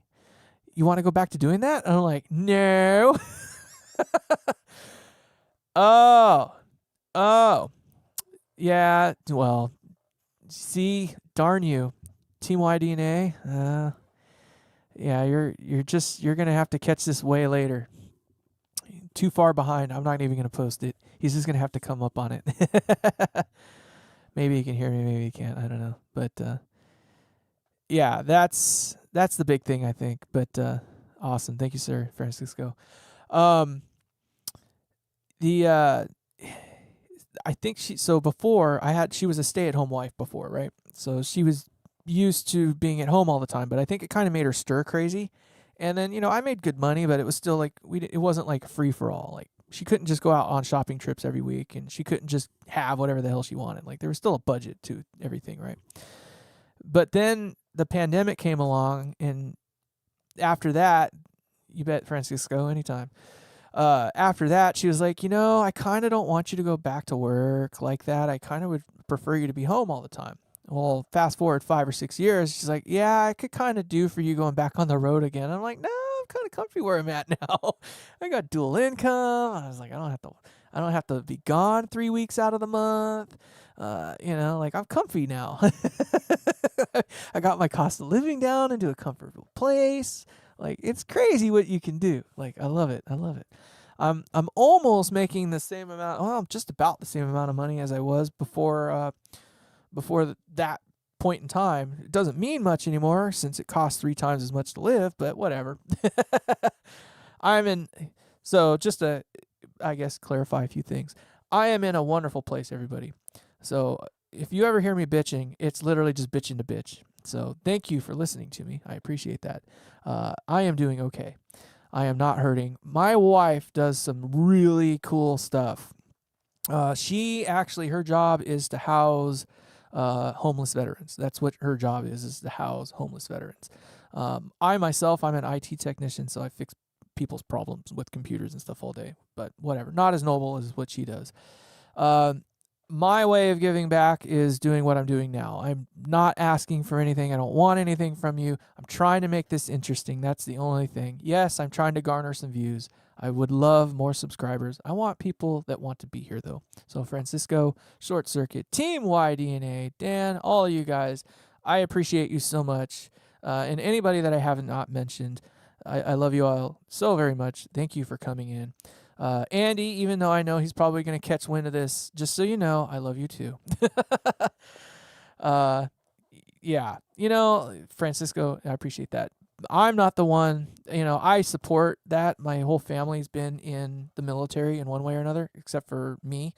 My brother is in the Air Force currently. So, just about all of my grandparents, my father wasn't, but all my grandparents were. So everybody in both sides of my family in one way or another at some point or another was in the service. And the fact that my wife can, I should say, do that is amazing. And she's been wanting to do that kind of stuff for a long time. She started on that venture like 10 years ago. We had a friend that was basically on the verge of being homeless, and was just not exactly totally. Oh, dang, dude. Yeah. Ooh, that was a one. I remember the Gulf War. I was still a little bit younger at the time, but yeah. That one sucked. They all suck. But she really wanted to help her out, and we were able to get them from basically being, homeless. That's what caught her bug. And then several years after that, she started getting more involved with the city. So the wife is on like the city council. She does stuff with Parks and Rec. She's like the soccer mom of, without kids that play soccer anymore. And so she caught wind of this job doing housing for homeless veterans. So she works for the Good Samaritan organization, and that is what she does. And she's damn good at it. So I don't know, some of you probably don't know the term, don't care maybe, but Functional zero is a term that they use for homelessness, and I think her organization, at least in our area, is very, very close to functional zero. And for those of you that don't know what that means, is that for every individual that comes in, there's another individual that is exiting the program and is self-sustainable afterwards. So they're very, very close to having what comes in go out at almost a 1-to-1 ratio. I think she is dealing with like 141 clients or something like that. Well over 100 clients. I know that for a fact. And yeah, that's her job, is to take somebody literally living on the streets and keep them from being on the streets. So, and they are all veterans in one way or another. So there's that. My way of giving back is doing what we're doing here. So I don't mind sharing my knowledge. So I'm glad to help. I hope everybody appreciates it. And on that note, I think we're going to call it. We are literally at 2 hours and 30 minutes, excuse me. I am starting to get to the point where I need another Dr. Pepper. And you guys, thank you so much. We'll see you in the next one. Take care. Goodbye.